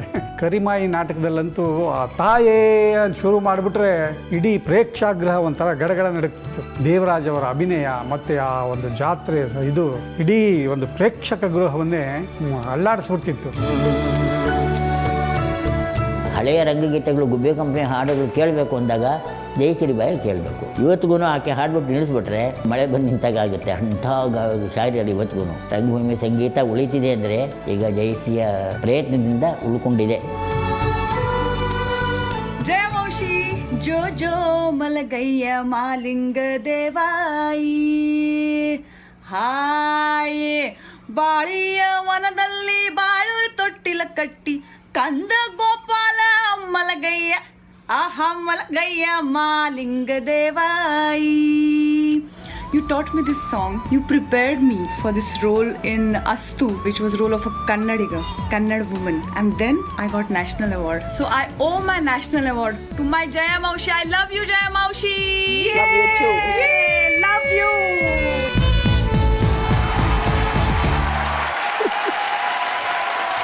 ಈ ಪ್ರೀತಿಯ ಮಾತುಗಳನ್ನ ಕೇಳಿದಾಗ ಏನು ಹೇಳಬೇಕು ಅನಿಸ್ತದೆ ಇವರಿಗೆ? ಏನು ಹೇಳೋದು, ಮೂಕಳಾಗಿದ್ದೇನೆ. ನಿಮ್ಮ ಸ್ಪಂದನ ಮೂಲಕ ಒಂದು ಅದ್ಭುತವಾದಂಥ ಶಿಷ್ಯ ಪರಂಪರೆಯನ್ನ ಕಂಟಿನ್ಯೂ ಮಾಡ್ತೀರಿ. ಅವ್ರು ನಿಮ್ಮ ಬಗ್ಗೆ ಏನು ಮಾತಾಡಿದ್ದಾರೆ ಕೇಳೋಣ ನಮ್ಮ ವೀಕೆಂಡ್ ಟೆಂಟಲ್ಲಿ. ಸಾವಿರದ ಶರಣವ್ವ ಕರಿಮಾಯಿ ತಾಯೇ ತಾಯೇ ಅನ್ನೋ ಸಾಲನ್ನ ನಾನು ಹಾಡ್ಲಾರೆ, ಆದ್ರೆ ನಮ್ಮ ರಂಗಭೂಮಿಯ ಕರಿಮಾಯಿ ತಾಯಿ ಅಮ್ಮ ನಿಮಗೆ ನಮಸ್ಕಾರ. ಶರತ್ ಲೋಹಿತಾಶ್ವ ಅಂತ ಒಬ್ಬ ಕಲಾವಿದ 4 ಜನಕ್ಕೆ ತಲುಪಿದಾನೆ ಅಂತ ಅನ್ನೋದಾದರೆ ಅದು ಬಿ ಜಯಶ್ರೀ ಅಮ್ಮಯ್ಯ ಅವರಿಂದ.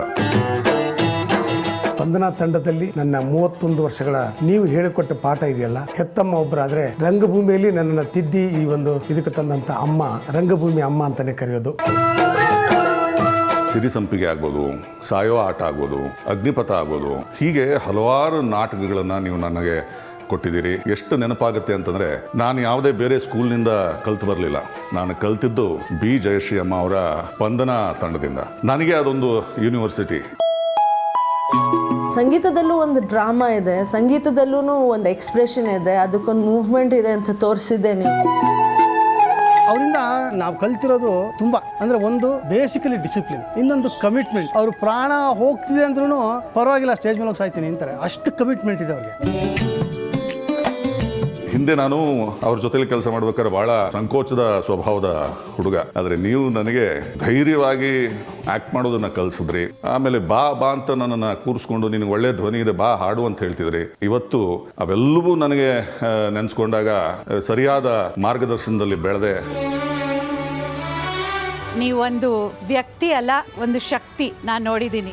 ನೀವೇ ನನ್ನ ಗುರುಗಳು. ಏನೇ ತಪ್ಪು ಮಾಡೋರು ಧೈರ್ಯವಾಗಿ ತಪ್ಪು ಮಾಡು ಅಂತ ಹೇಳ್ಕೊಟ್ರಿ. ಇವತ್ತು ನಾನು ಏನೇ ಆಗಿದ್ರು, ಏನೇ ಬೆಳೆದಿದ್ರು, ಮುಂದೆ ಏನೇ ಆದರೂ ಅದಕ್ಕೆ ನೀವೇ ಕಾರಣ. ತಪ್ಪು ಮಾಡಿದ್ರೆ ಕಾನ್ಫಿಡೆಂಟ್ ಆಗಿ ಮಾಡಬೇಕು ಅಂತ ಹೇಳ್ತದೆ ನೀವು. ಇಲ್ಲ, ಅದಂತೂ ನಿಜ. ತಪ್ಪು ಮಾಡಿದ್ರೆ ಧೈರ್ಯವಾಗಿ ತಪ್ಪು ಮಾಡಿ ಅಂತ.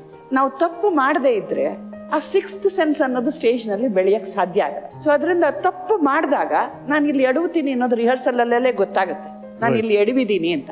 ನೆಕ್ಸ್ಟ್ ನಾನು ಎಡವಬಾರ್ದು. ಅಕಸ್ಮಾತ್ ನಾನು ಎಡವಿದ್ರೆ ನಾನು ಏನು ಮಾಡಬೇಕು ಅನ್ನೋದು ಇಲ್ಲಿ ರಿಜಿಸ್ಟರ್ ಆಗುತ್ತೆ. ಅಂಡ್ ಈ ರಂಗಭೂಮಿಯ ಕಥೆಗಳು ಬಹಳ ಚೆನ್ನಾಗಿರ್ತಾರೆ. ರಂಗಭೂಮಿ ಹಿಂದಿನ ಕಥೆಗಳು ಬಹಳ ಹ್ಯೂಮರಸ್ ಆಗಿ ಕೆಲವು ವಿಷಯ ನಡೀತಾ ಇರುತ್ತೆ.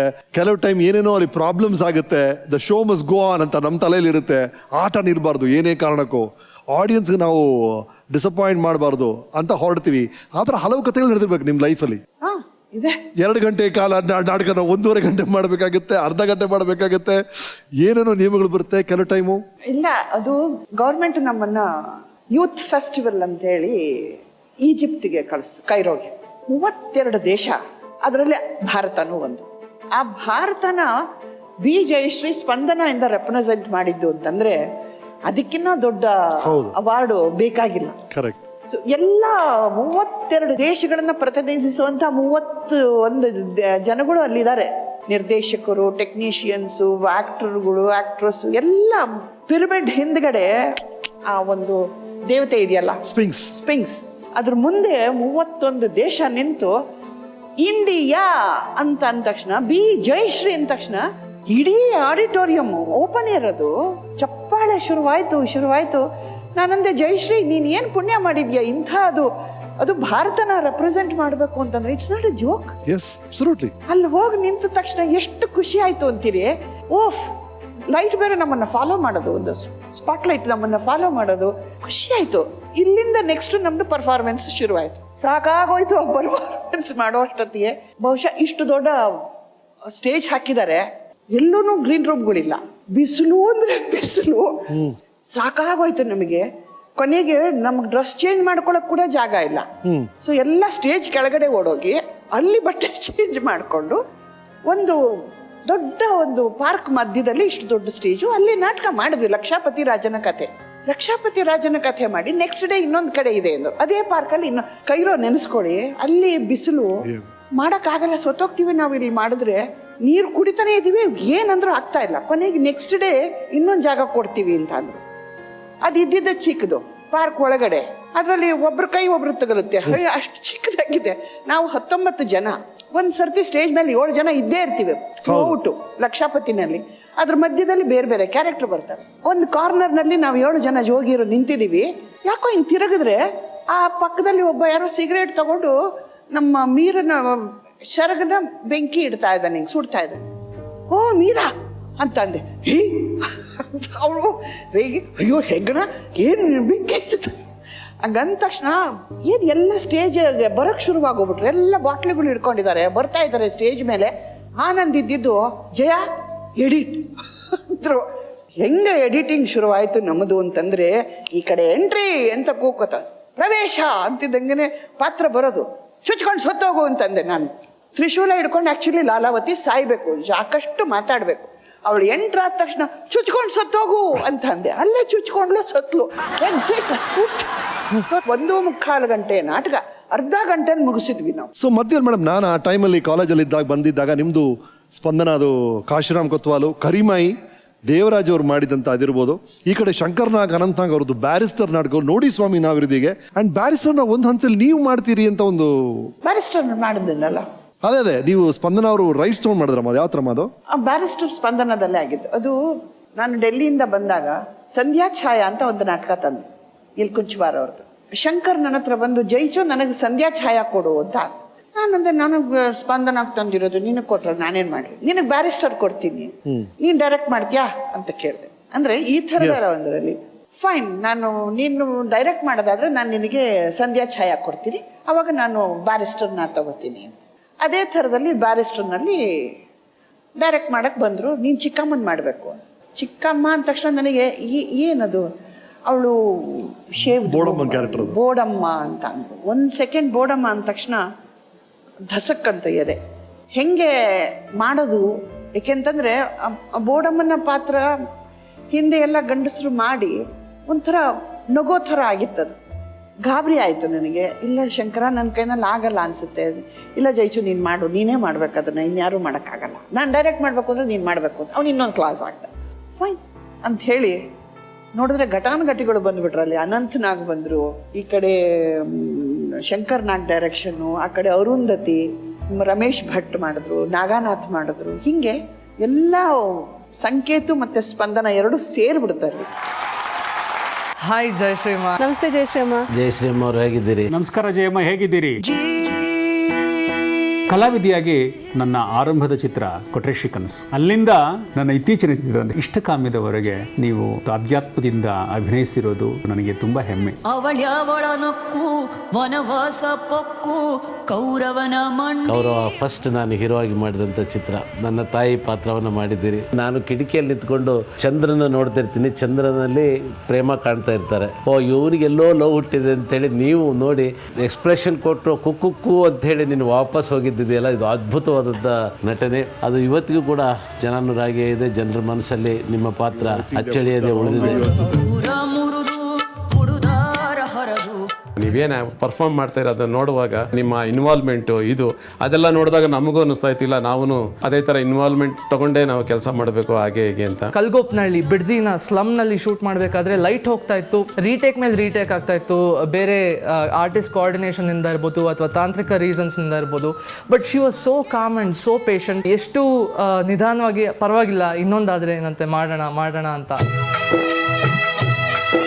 ನಾವು ಟೆಕ್ನಿಷಿಯನ್ಸು ಇವಾಗ ಹೋಗ್ತಾ ಇದ್ವಿ ಹೆಣ್ಮಕ್ಳುಗಳು. ನಮ್ದೊಂದು ಕೌಲುದಾರಿ ಇತ್ತು, ಅದನ್ನು ಒಂದು ಕಲ್ಲು ಮುಳ್ಳು ಎಲ್ಲವನ್ನು ಸರಿಸಿ ನಮಗೆ ಒಂದು ಹಾದಿನ ಮಾಡಿಕೊಟ್ಟಿದ್ದೀರಾ. ಅದಕ್ಕೆ ನಾವು ಯಾವತ್ತೂ ಕೂಡ ಋಣಿಯಾಗಿರ್ತೀವಿ ನಿಮಗೆ. ಗ್ರಾಮೀಣ ರಂಗಭೂಮಿ ನಿಮ್ಮಿಂದ ಶ್ರೀಮಂತವಾಗಿದೆ, ಚಲನಚಿತ್ರ ನಿಮ್ಮಿಂದ ಶ್ರೀಮಂತವಾಗಿದೆ, ಚಲನಚಿತ್ರ ಗಾಯನ ಕ್ಷೇತ್ರಕ್ಕೆ ವಿಶಿಷ್ಟವಾದ ಕೊಡುಗೆ ಕೊಟ್ಟಿದ್ದೀರಿ. ಈ ಕೆಲಸ ನಿರಂತರವಾಗಿ ತಾವು ಮುಂದುವರಿಸಿ ನಾವೆಲ್ಲ ನಿಮ್ಮ ಜೊತೆಗಿದ್ದೀವಿ.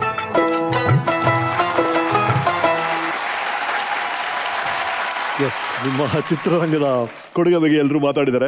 ನೀವು ಬಬ್ರುವಾನ ಟೈಮಿಂದ ನಮ್ಮ ಜೊತೆ ಚಿತ್ರರಂಗದಲ್ಲಿ ಡಬ್ಬಿಂಗ್ ಎಲ್ಲ ಮಾಡಿದಿರಂತೆ. ಆ ಟೈಮಿಂದ ನಾನು ಒಂದು ದಿವಸ ಒಂದು ಫೋನ್ ಬಂತು, ಲ್ಯಾಂಡ್ಲೈನ್ ಅವಾಗೆಲ್ಲ ಇದ್ದಿದ್ದು.